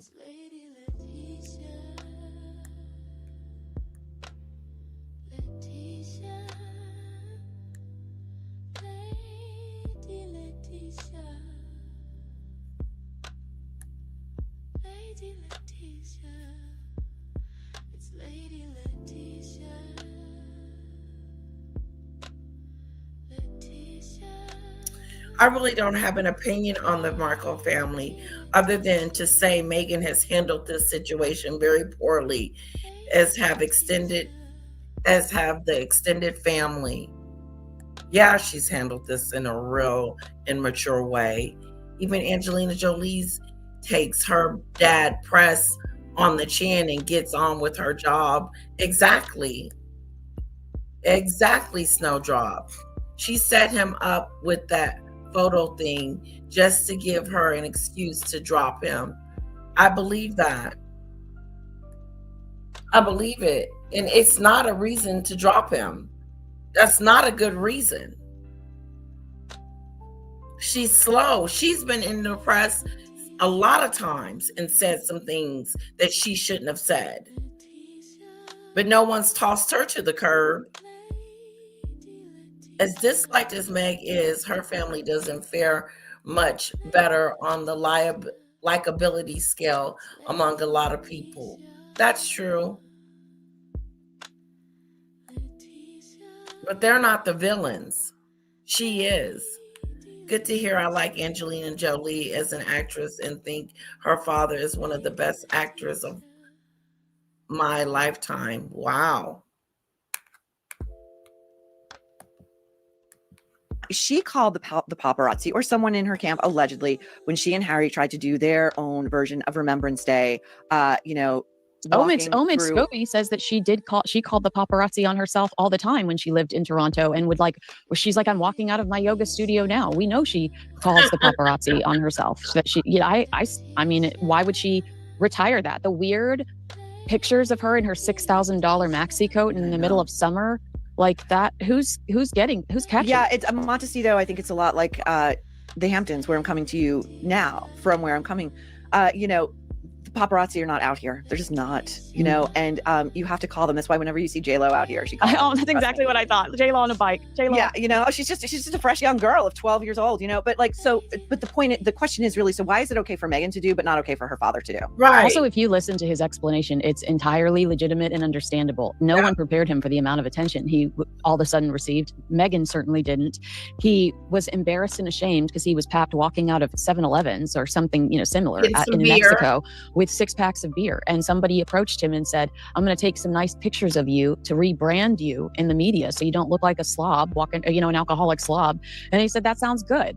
Little did he know that person, was manipulating him in a way. And they just wanted these pictures that they knew that they could sell to media for a ridiculous amount of money. But Thomas Markle, I don't think, made a ton of money off of those images because I don't think that was the ultimate objective. So I'm with you. Do you ever read the label on a typical bag of chips? It's often a science experiment with seed oils, MSG, artificial dyes, and mystery ingredients.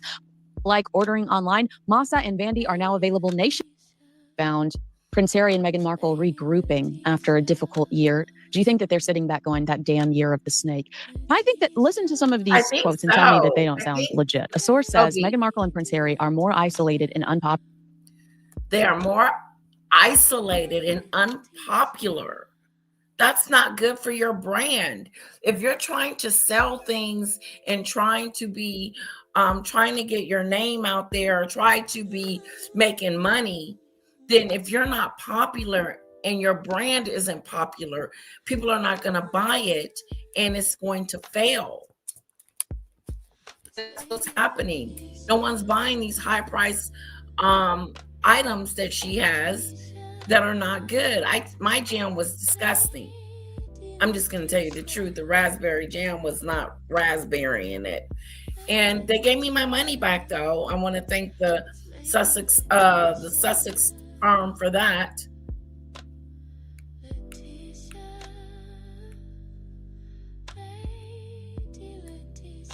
Oh, LL, Princess Diana's wedding, walking with her father, looks a lot like Thomas Sr.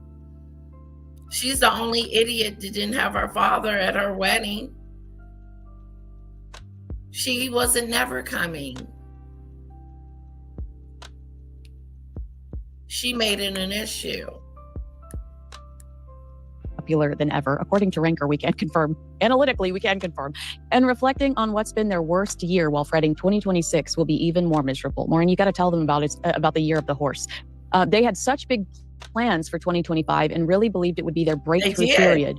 That is absolutely true, because in November, she thought that 2025 was her year when she wrote it in the sand. Remember, she wrote 2025 in the sand, like this was going to be her breakout year. This was going to be her most famous year.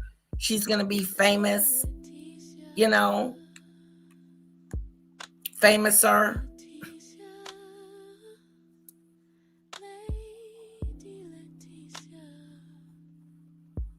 Interesting, Snowdrop.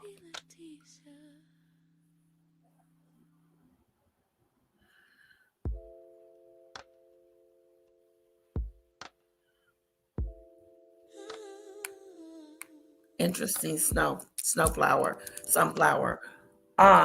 Let's go back. Of last year, we got the Markle Sparkle headline. Sparkle. Instead, it's turned into a year from hell. Summing up the couple's woes, an insider said they've got very few friends to lean on. Staff continues to walk out in droves. Harry's brother, Prince William, is still banging for their blood. Staff is continuing to walk out. They have no friends in Montecito. They're considered the villains of Montecito, and their reputation is not preceding them. Their reputation is in the toilet. And if your reputation is in the toilet, how are you going to build this empire? You have got to be popular. People have got to like you. But once again, you've proven that you're a diva and that you don't want anything to do with your dad, and he's thrown to the wolves. And their paycheck possibilities are thin and humbling. Right now, Harry and Meghan are regrouping and planning to go again. Please don't. But it all feels quite desperate and depressing, especially as they're clashing and bickering a lot more these days. It really has been a year from hell in so many respects. It's left them emotionally frayed and wondering if they're ever going to catch a break. And to that, I would say to you, was Spotify and Netflix not like the ultimate break? Anyone? They are interesting. They're more interesting than Meghan. I could watch a show of theirs and not get bored. But they are artificial.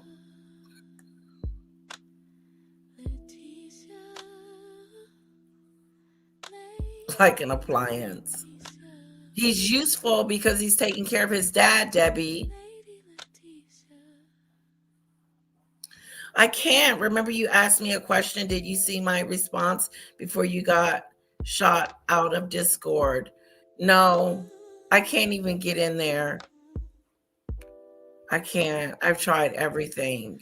In their right mind would have taken those opportunities and done everything in their power to nurture those relationships. That was a pretty decent break, Spotify and Netflix. Those were incredible breaks, and not just nurture those relationships, but really have a come to Jesus with yourself and realize you don't possess any inherent talent or originality. And what you should do is like hire the best of the best and get a loyal staff around you whose job is going to be to make you look and sound good. Well, and then present your offering to all of us as she can't get someone to make her look good because she's always telling them what she's going to do. So instead of listening to the experts, Meghan listens to herself, and that's why she ends up the way she does in a situation. As something you've really worked hard at to differentiate yourself in, among all the noise that we're constantly bombarded with. But no, they've framed themselves as victims here. They just can't catch a break. God, if they could only catch a break. If only Oprah, if only Tyler Perry, this, that, the other thing. This is what I predict. Those two being the spoiled, ungrateful, entitled, malignant narcissists that they are. We know Charles is not well. Mm-hmm. Thomas Markle is not well. God forbid, but it is within the realm of possibility that one or both of their fathers dies next year. And they're going to consider that the ultimate inconvenience. You know why? How's Meghan going to show her face at her father's funeral? She's not even at his bedside. How's Harry going to show his face at his father's funeral? His country hates him. You know? Okay. What's going to happen when Meghan doesn't show up to the funeral? She's not going to show up. She's not going to show up. She doesn't want to see it.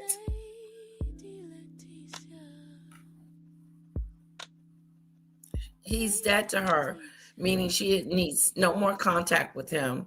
It's done. I'm a Sussex now. I'm not a Markle anymore. I don't want to be a part of the family anymore. I've moved on. You did your purpose for me. You had me and raised me, and now I'm off to doing my own stuff.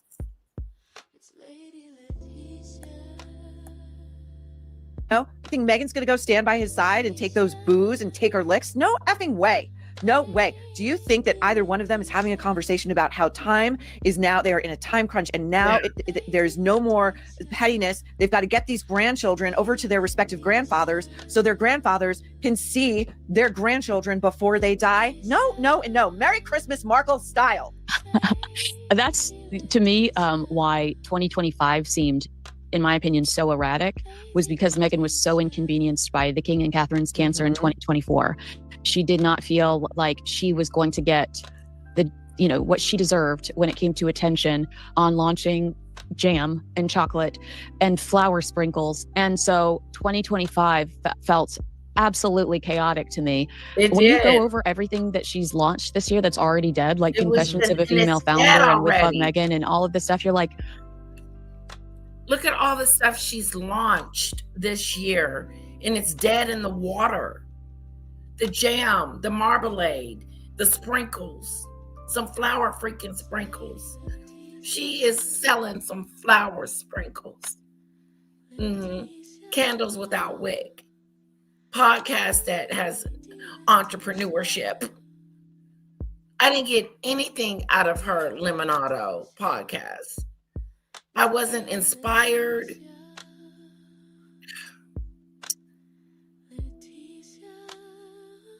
She was in a spread of black roses.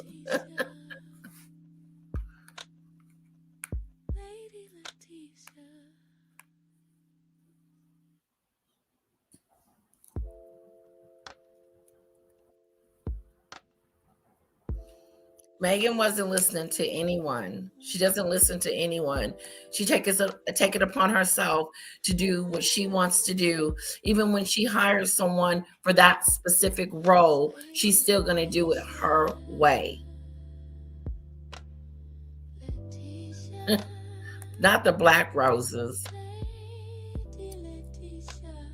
Pretty close to the Osbournes. It would be good. I would watch it. If they would do a reality TV show, we may be able to get a sense of who Meghan really is. I did not mean to come across as negative regarding the Kardashian family. You didn't, Sunflower. If they could go back in time to the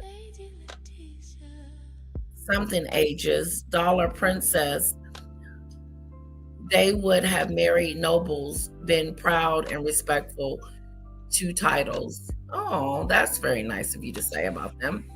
GoFundMe, my request will never end for the Marcos as long as he stays in the Philippines. The funds should be offered in the way of moving him back to the U.S. to reduce financial liability. Good one, Michelle. Nothing negative taken, Sunflower, at all.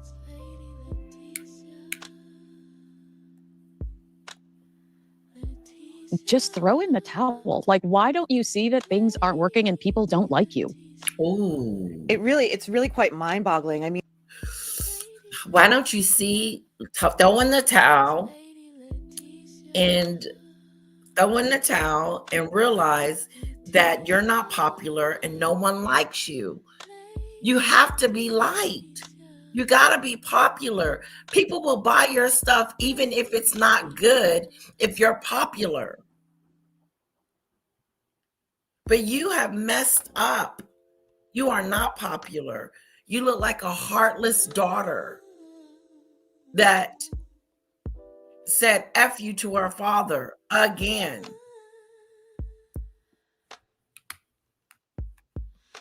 And left him out to dry. I mean, there's really nowhere else for her to go except, and this is, again, a conversation that, media people have amongst each other. Really, she needs a plot twist. She needs something to really shock people. For her special, she went Christmas shopping, Christmas tree shopping alone. That's something you do with your... She went Christmas shopping alone with the Christmas tree. Don't you take your kids with you to get the Christmas tree? She didn't. Her kids are never around. And besides, this tree was for the Airbnb. This tree wasn't for the house. She's pathetic. When I look at her, I don't feel sorry for her yet because she hasn't come to terms that she is a failure, and that not just that she's a failure, but the fact that she is missing the plot altogether. That she is, you have to be popular in California to make it. You do. Just because she's the Duchess of Sussex is not going to make her rich. It's not going to make her a billionaire. She tried it this year, didn't she? She did the Netflix show As Ever, or Love Meghan. Nothing happened. Lady Letitia. Lady Letitia. I'm beginning to think Meghan might be addicted to humiliation. Hello, Polly. Welcome.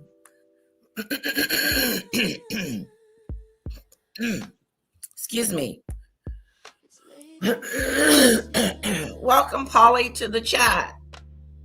Letitia. Lady Letitia. Lady Letitia.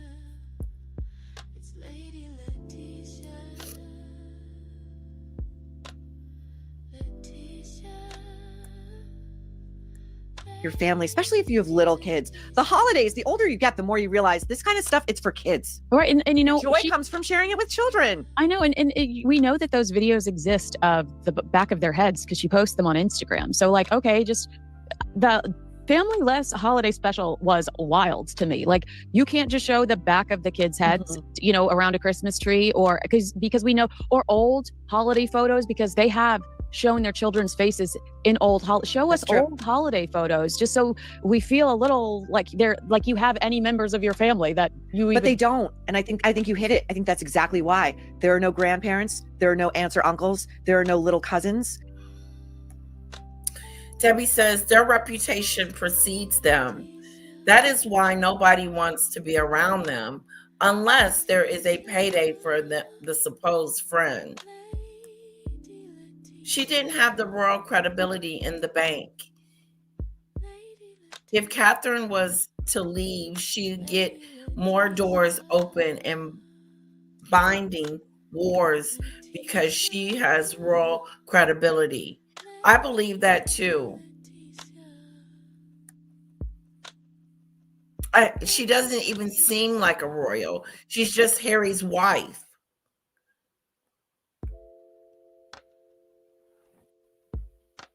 They misbehave to get attention. That's what Meghan does. Snap-a-doo, says Snowdrop. I think I'm saying the same as you, but just differently. It's Lady Letitia. Letitia. There's nothing. It's just those two. That's it. That's all those poor kids have. Have you seen the stories that have started circulating? I know I've had this conversation a couple of times, so I apologize if my listeners have heard it, but it's really stuck out at me that there are stories in the tabloids about Harry stalking Meghan, not falling in love with her on Suits, that he stalked her on social media. And you know, when I said this to somebody else, he was like, it's the other way around. And I'm like, yes, it's the other way around. I think that Meghan stalked Harry. But when I presented that story to one of my palace sources, they said, I wonder if this is a story that would be planted by Meghan. And I thought, already trying to build this narrative that he was, you know, crazy about her or whatever, that he's unhinged or unstable in some way. I don't know.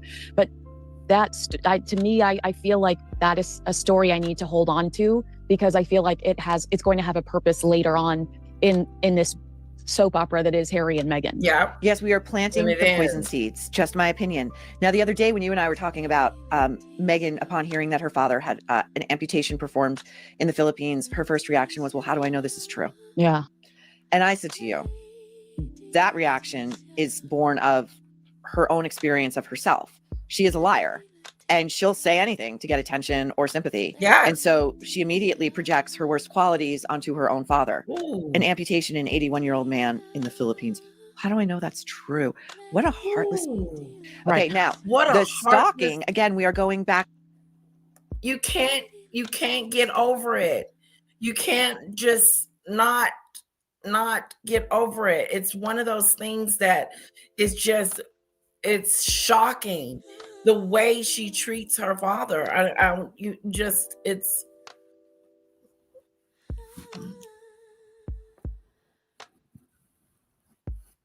nothing will happen if Meghan doesn't show up for the funeral. She'll go her merry way, and content creators will be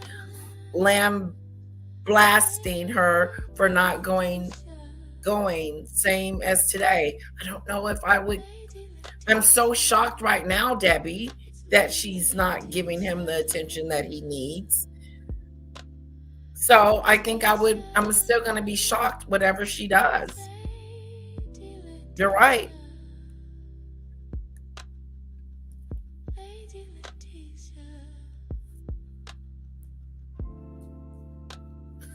A naughty throne.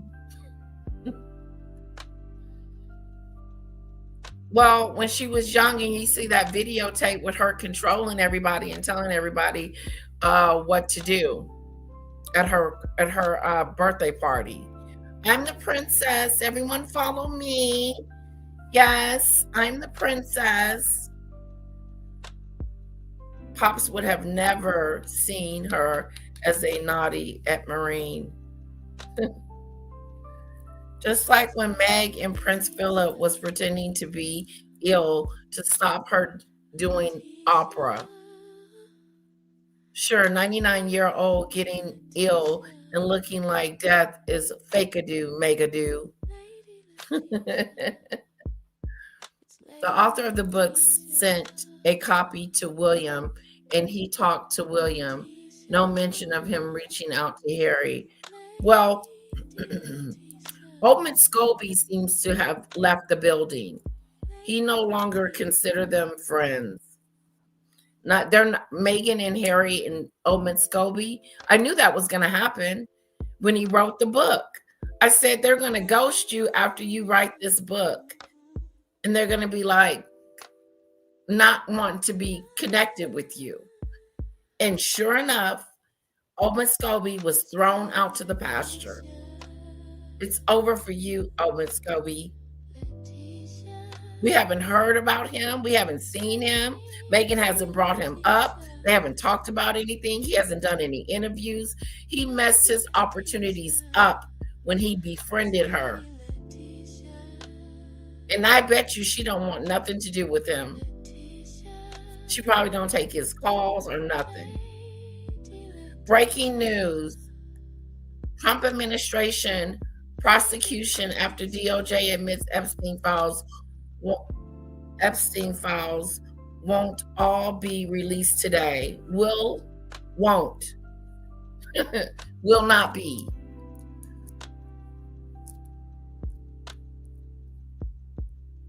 Ooh. Show us the files. Show us the files. Show us the files. That's why it's called estrangement, because it is strange no matter what or who or why. That's right, Mary Taylor. I'll give you that, girlfriend. I know that's right. It is strange behavior.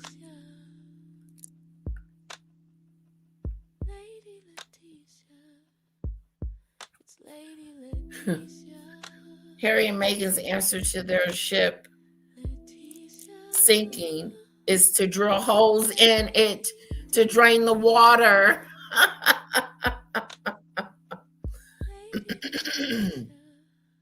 Sounds like the Democrats wanted to release the Epstein files, and Donald Trump does not want to.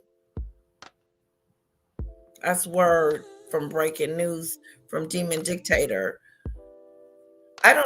I don't seriously think it's done anything wrong. He's done anything wrong. She was looking for an excuse to exclude him. Yep. That's what happened. That's right, Rachel. She was looking for a reason to exclude him. That's right. And all she needed was the PR moment that he was with the paparazzi, and that was gonna seal the deal for Dad. That was gonna kill him off. This is how I'm gonna kill Dad off.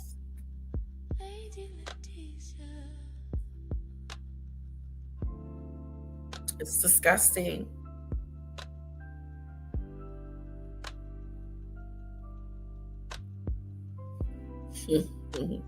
Okay, guys, maybe another 15 minutes and I'll let you lovely people go. through our own personal history. I recall Hit hearing the like and button, reading. guys. Hit the like button. Share the stream. We are growing. I want to thank the newcomers. I appreciate you guys. Thank you so much for being a part of the Mimi Show.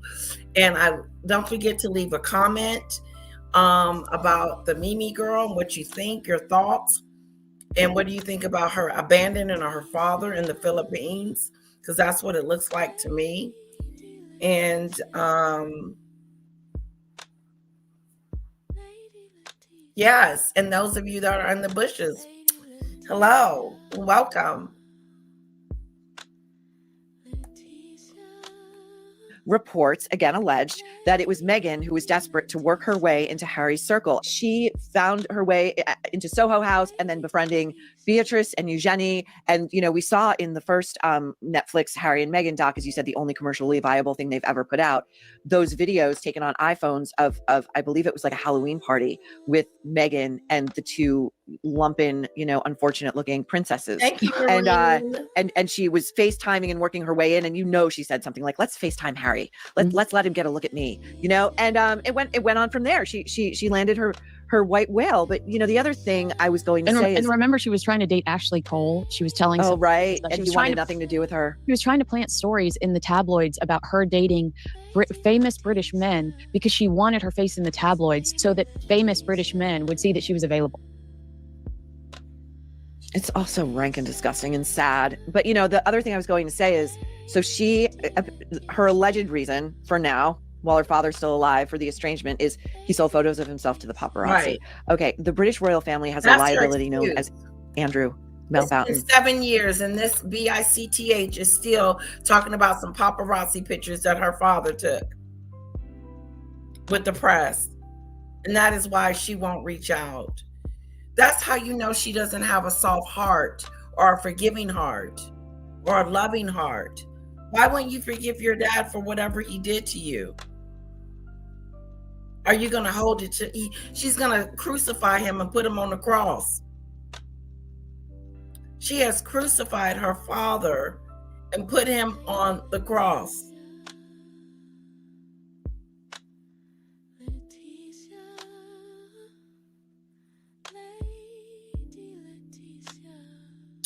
It's something. That is what narcissists do. Meg shelved Pops just as Pop shelved the other two until they became beneficial to him again. Says Debbie. Windsor, who has been excised because he was friends with a world famous pedophile. And he allegedly had sex with at least one of the underage girls that Jeffrey Epstein was trafficking. Ooh. So, I mean, Andrew? I would say that, you know, if there's any relative to be embarrassed by, Thomas Markle's. You know what trips me out is that they love to crucify. Andrew. He's the fall guy, but there was a million other people at the island that we know of. We don't want to talk about it though. Trump doesn't want to talk about it. Let the files out. What could be so damaging? Why is he not allowing the files to be released after he campaigned on it? After he said, I'm going to release the Epstein files. Now, all of a sudden, he doesn't want to release them. Why? Is your name somewhere? Is there a picture in there we shouldn't see? What the heck a do?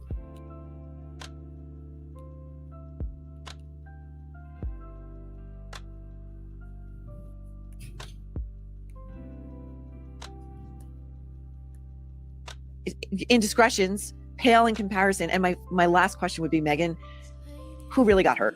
Who really got hurt with what your father did? No one. No Her one father. got hurt. Who got hurt? Who got hurt with what your father did? Meghan, who got hurt with what your father did? Who got hurt? That is a good question. That is a very good question. Who got hurt? I can see Earl in here now defending it. She got hurt. Her father was trying to ruin her wedding. Her brother and sister were doing this and that. And Thomas Markle said this and that. Earl be all over the place. In denial about who she is. You can't defend Meghan. She's undefendable.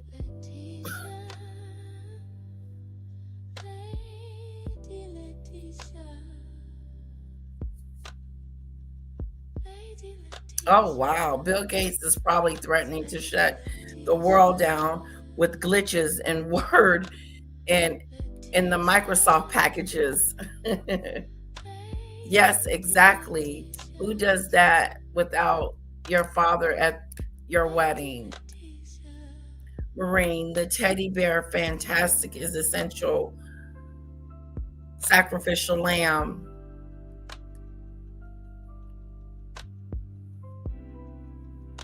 Would this year mark her evil, callous behavior? It should. We've been seeing it unfold. It should, Rachel. I wonder with you. Did anyone see Candace on Piers Morgan? She came across as crazy. No, should we take a look at that real quick before we head out?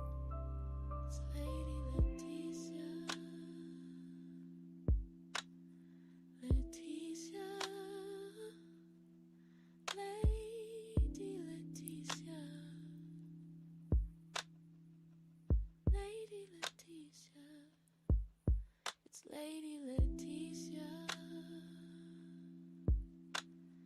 Leticia, Lady Leticia,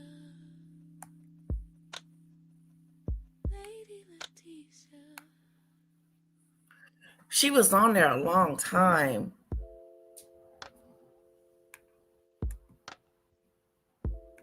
Let's assume for a moment you're right.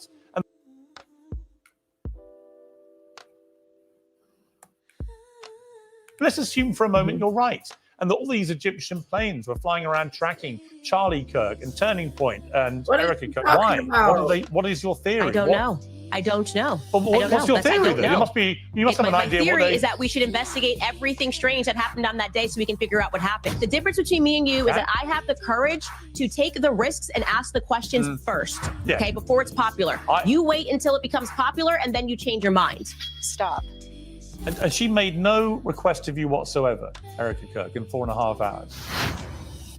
Well, no matter what your opinion is about Candace Owens, and very few people don't seem to have one, she has a definite knack for commanding attention. Many people have been openly enraged by her theorizing on the assassination of Charlie Kirk.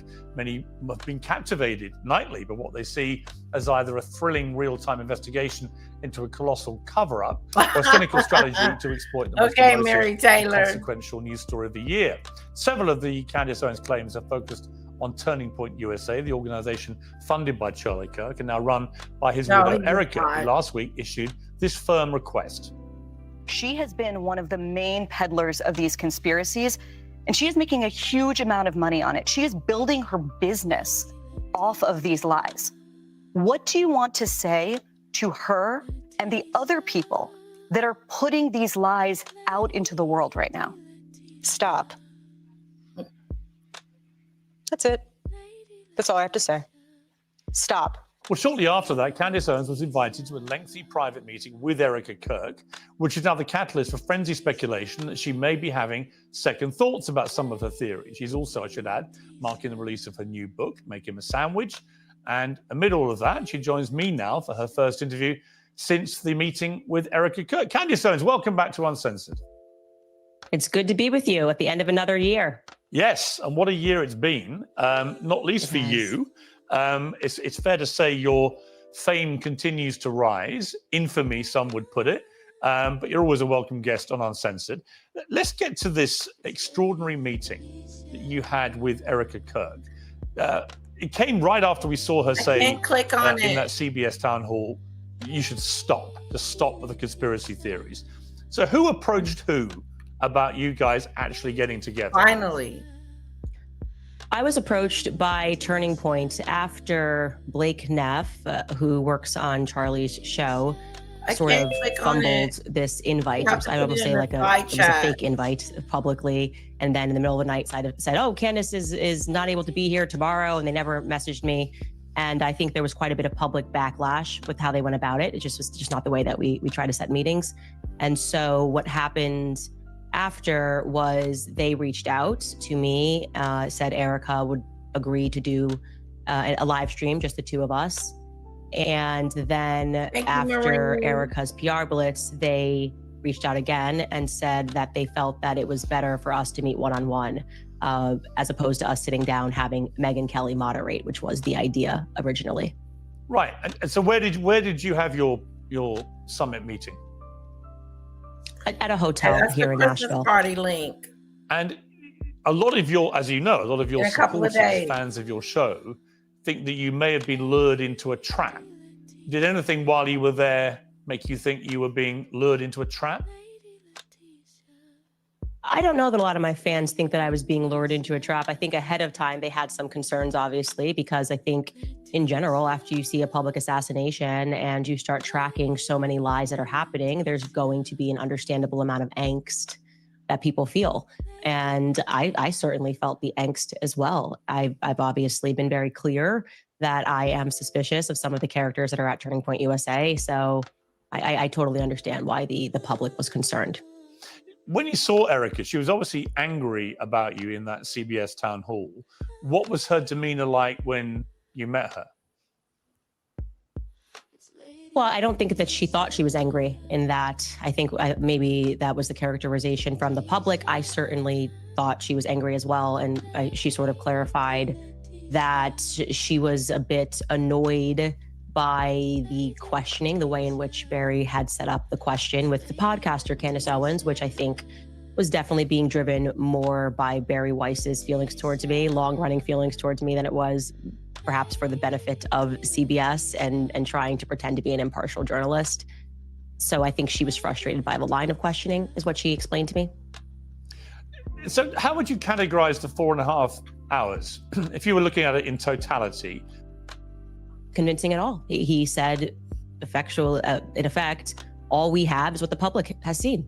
And we won't know more because we're investigating and looking for more. And so that just made me go, why is everybody being so over the top and ridiculous and using words like the evidence is overwhelming? It was Tyler Robinson, when they don't have anything that's overwhelming to show that they don't have a video of him taking the shot, which I think was something that I assumed, like, okay, there's all these cameras, maybe they actually have that video and they're waiting for a moment to release that to the public. They don't have that. Or at least I can say Erica's side has not seen that. And the lawyer communicated to me that they would not have access to that until earliest would be May, that right now they're just investigating, just like we're doing back at home. Okay, you said that your motive for going to the meeting was that you would be able to come out and tell the world Tyler Robinson killed Charlie Kirk. So are you in a position to say that? Do you believe, as a consequence of your 4.5 hours with Erica, do you believe that it is now most likely that Tyler Robinson killed Charlie Kirk? Absolutely not. I haven't seen one piece of compelling evidence that Tyler Robinson scaled the rooftops like Spider-Man on a college campus that he didn't go to and fired one shot, a magic bullet shot, and killed Charlie Kirk. I have not seen one piece of compelling evidence. In fact, I've seen more compelling evidence to the contrary. You've seen their vibrant ads illuminating. She sort of communicated that she trusted her team, and her lawyer was using kind of the same rhetoric that the media has been using, where, there's really, this is like, it's overwhelming. Maybe he didn't say the word overwhelming, but he was like, it's very clear, I think is what he said in particular. And then I pushed back and I said, what's clear? The affidavit? That's all you guys have? And I did tell him, if you would never be my lawyer, because it's just, a lawyer that's just kind of giving you adjectives, and I don't need a cheerleader. I need someone to be practical and to say, we don't have anything yet. I think the communication should be, we are hopeful that throughout this investigation, we are going to uncover more evidence that links Tyler Robinson to this crime. I do feel confident that he was involved in some capacity on that day. As I have said many times on my show, I was the one who broke the story that he was at the Dairy Queen throwing out clothes, a local Dairy Queen, throwing out clothes in a nearby cemetery. And so I do think he was involved, and multiple people were involved that day. And I think he did pick up clothes. I had communication with Lance's family. I had communication with Tyler Robinson's family. And for some reason, Lance is being protected, which I find to be very strange. His own family thinks he's guilty of more, and they find it weird that the feds kind of glossed over him, almost as though he was a Fed operative, like he was working on behalf of them. And, you know, we've caught the feds have lied a lot. It's just a fact. Turning Point USA people have lied a lot. That is a fact, which they have agreed to. They said that these were mistakes, but they, you know, whether a mistake or not, the public was lied to. So this obviously, you know, matters deeply to me. Today's show is sponsored by Oxford Natural, makers of the Optimum Day and Optimum Night all natural. It's an opinion. No, that's a fact. No, it's not a fact. It's a fact. It's not a fact. It's a fact. The whole reason there are still conspiracy theories about JFK's assassination is none of this is a fact. You are floating it as your theory. Because the feds are never going to admit to their own crimes. That is the reason we're still discussing it. That may be the case, but you can't prove that. Yeah, well, I can prove common sense that Lee Harvey Oswald did not stand on a grassy knoll and assassinate a president. And LBJ, like Charlie says in that clip, which people should go pursue. Yes, I know Charlie said that. All of the weird things that happened that day that were unusual, and LBJ decided not to ride that day. And then suddenly he reversed course on all of JFK's policies, and he was fighting AIPAC. Israel killed JFK. All right. Now, going back to your point about Turning Point USA and the ridiculous idea that implicating, this is a $100 million organization. Yeah. Common sense. If this was not even a high-profile political assassination, and this was just a guy who worked at a company that was $100 million, right? Common sense inquiry is, was there a financial motive for this person to be dead? Okay. This is like Sherlock Holmes 101. And this is what I mean when I say that the public no longer trusts the media because you're acting us to be stupid. And we don't want to do that. We actually don't want to pretend that we're clinical idiots who can't assess things and go, oh, there could be a massive motive here to have Charlie dead, especially when it seems very strange that Bibi Netanyahu, when nobody even had a clue of what happened, this guy's doing the rounds on Fox News and saying, I didn't kill Charlie Kirk. That's kind of weird. Did you feel compelled to jump on to Piers Morgan's show and say, just so everybody knows, I didn't kill Charlie Kirk? Why would he say that? So why was he so involved as somebody who's fighting a 97,000 front war? Candace, I want to get to the reality of what you're actually saying. So when you say that somebody at Turning Point USA, Charlie's company, was complicit in his murder, who was? I believe that there were multiple people at Turning Point who are, as I have said many times, my exact words are, they are engaged in a cover-up of what happened to Charlie on that day. No, but who was involved in his murder? I didn't say that they murdered Charlie. You said that people at Turning Point were complicit in his murder. No, my exact sentence that I said was that there were people at Turning Point who are engaged in a cover-up. No, you didn't. I believe that thoroughly. Candice, you didn't say that. You said literally. I did say that on my entire You said there were people at Turning Point complicit in his murder. Okay. That's what you said. When you and I were discussing, that's why I said, let's go back. I was applying the logic of a conspiracy to JFK. I said, okay, if JFK, you have people that are complicit. Of course, if you apply that logic, if there is a conspiracy, there's going to be multiple people that are going to be complicit by the time, in order for a large stage murder to happen. You specifically said, you didn't say complicit in a cover-up. You said complicit in the murder. Because I said, who at Turning Point was involved in his murder? And let me clarify for you. Okay, you can keep saying what I said, or you can listen to what I am saying. When I was using the analogy of JFK and we were connecting it, I was basically pushing back on you because you were suggesting that, you know, all of these people being involved would be crazy. So I was applying the analogy of what happened to JFK. Well, you actually, if you go back and listen, were suggesting that a conspiracy. I said you don't know either.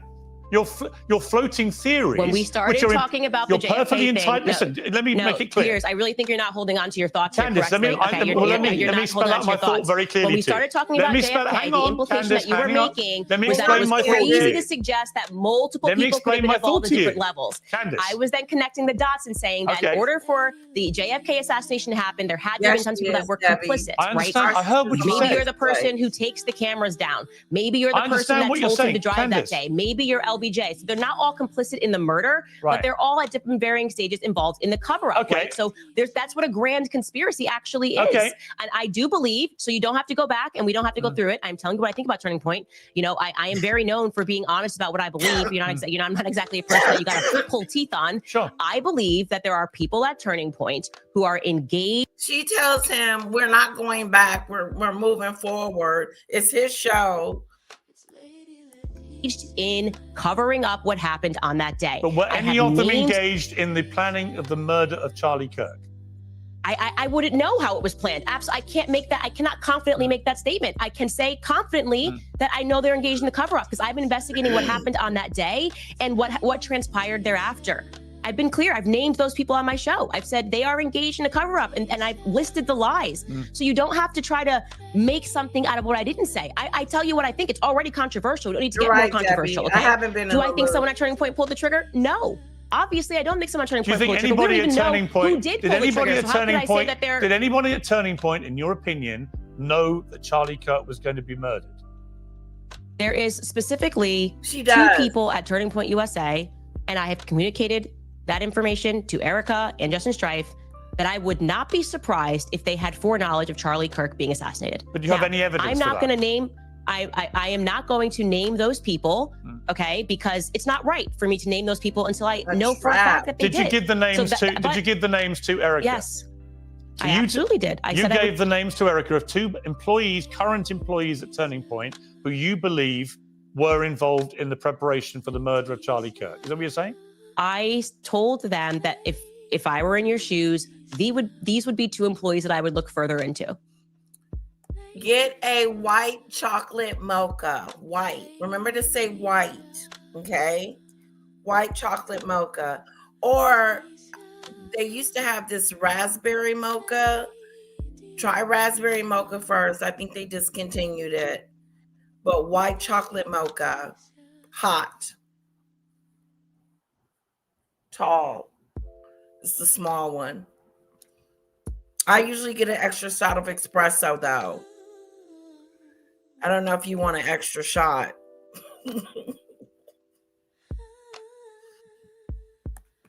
And what evidence do you have that they had any prior knowledge of the murder? Because I don't have concrete evidence is the reason why I'm not naming them. So I've been responsible. Got no evidence, not saying. But you're... So Candace Owens believed that the person that is in jail is not the right person that's in jail. There's another person that's supposed to be in jail. She thinks, and she has a different conspiracy and thinks that they're covering this up, covering up his death or something like that.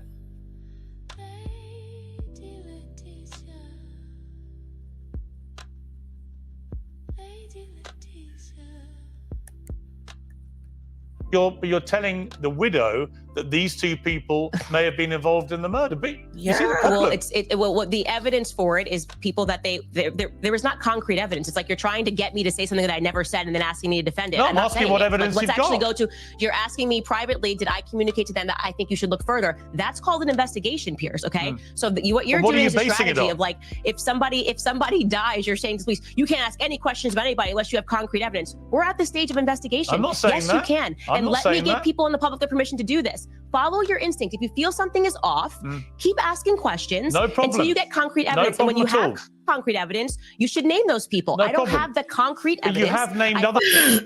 It's weird because she's trying to tell them how to do their job.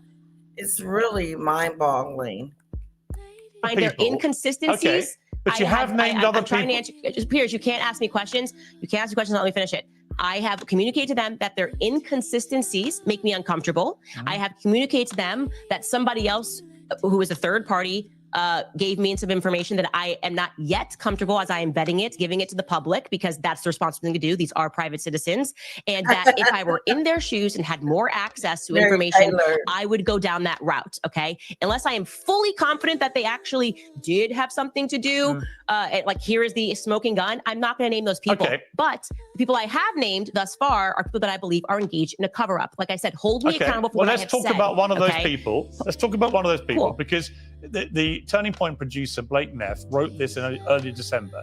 Ever since Charlie's murder, Candace Owens has leveled a flood of allegations against people at Turning Point USA, people at Turning Point Action, and people who work for the show.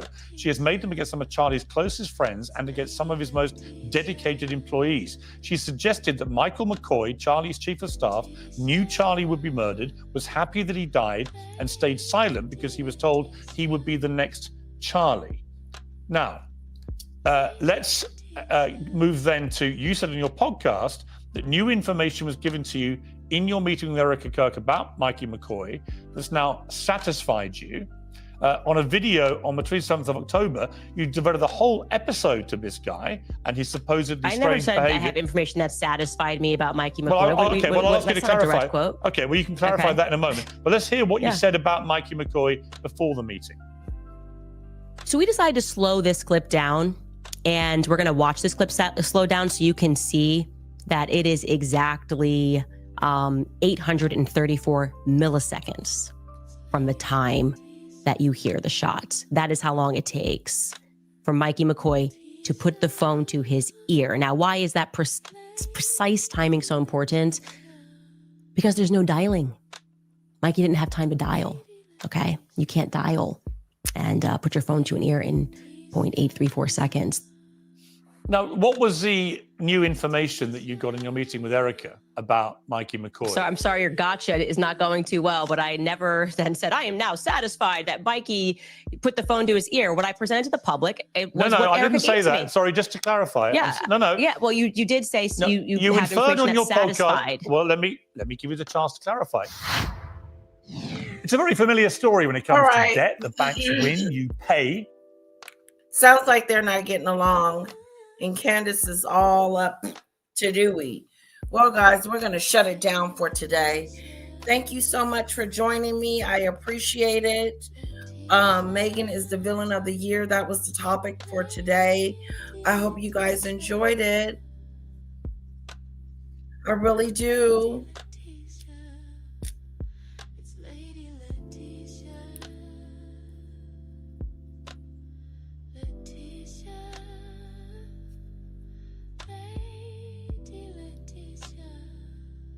She treats her audience like they're stupid. I'm not a big fan of Candace Owens either. I'm not a big fan of hers.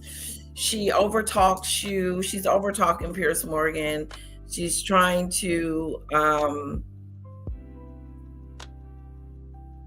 make herself look like, oh, I'm right. Everything I have to say is right.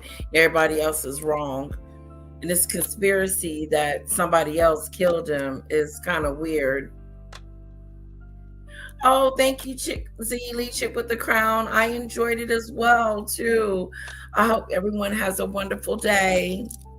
Okay? Don't forget about the Christmas party on Sunday. I'm giving out some gifts.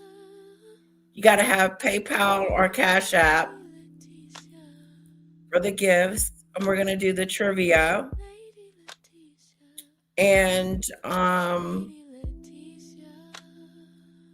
I think I don't know how we're going to do it. You know, we're going to do 3 different gifts. I'm going to come up with some trivia questions.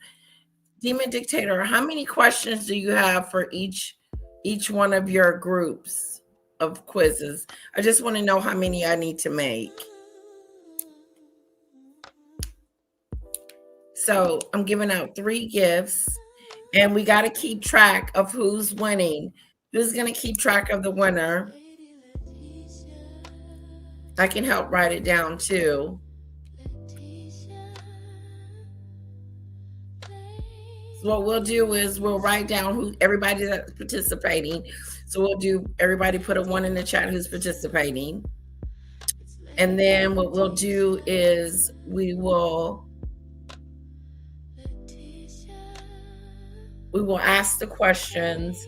Whenever we get the most questions right in that particular group of questions wins the prize.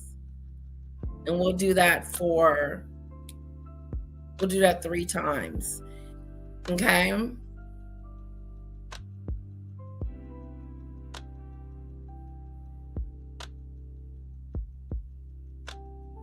Pierce caught her in a lie. Is that what he was doing? And she was trying to fix it? Did you get the lie, Debbie?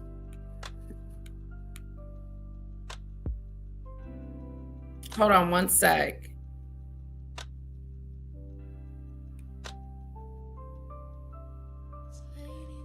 Hold on one second.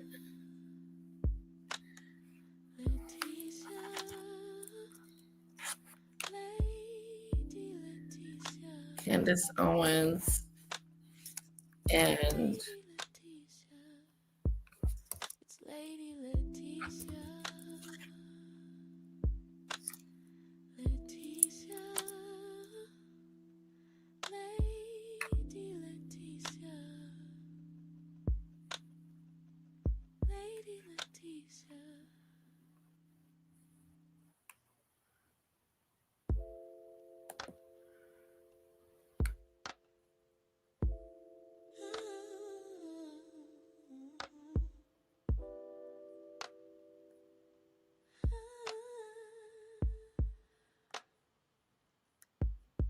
say were in some way involved in a cover-up or had foreknowledge of Charlie Kirk's assassination. Earlier this week, Owens met Came on quickly to talk about the Christmas party. yeah, I think I'm done with Candace. Let me shut this down. We're gonna shut it down. Okay, We can do that. That's another show because actually we should give her a whole new show for herself. Yeah, that's a whole new show. Candace, her own little her Her show. crazy, Absolutely right. Okay, so tell us, how many questions do you have for each? So for Harry and Meghan, I've done about 10. I might just add a little bit more if I can find anything more interesting to say. But well, I'm gonna do 10 too.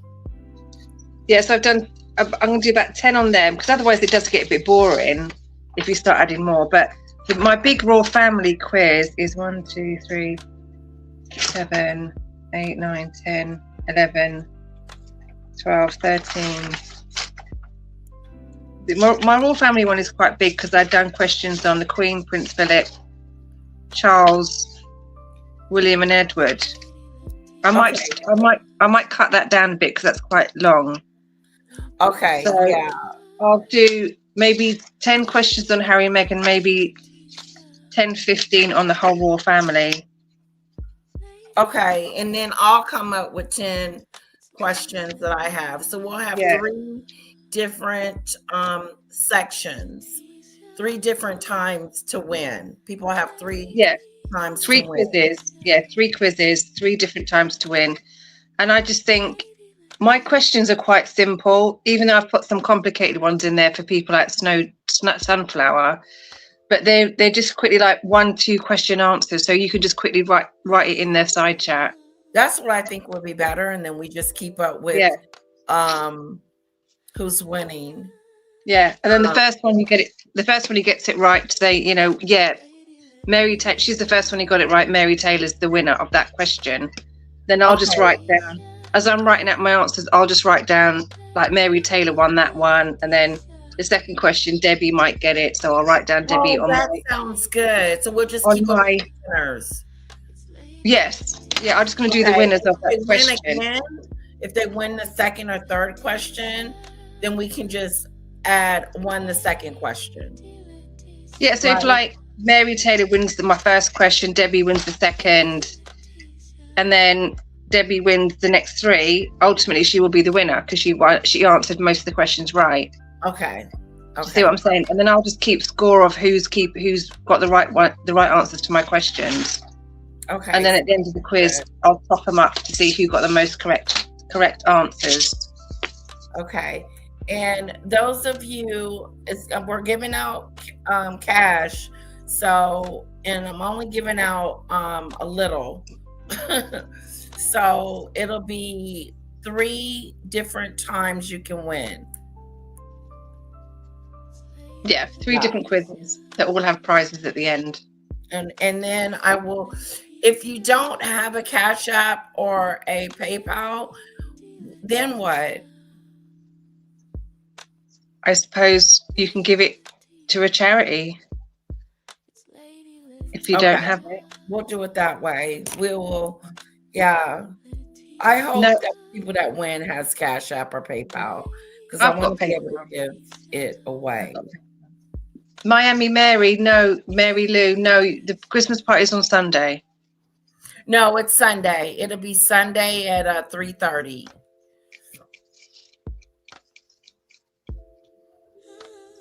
Thursday. Yeah, that's quite simple.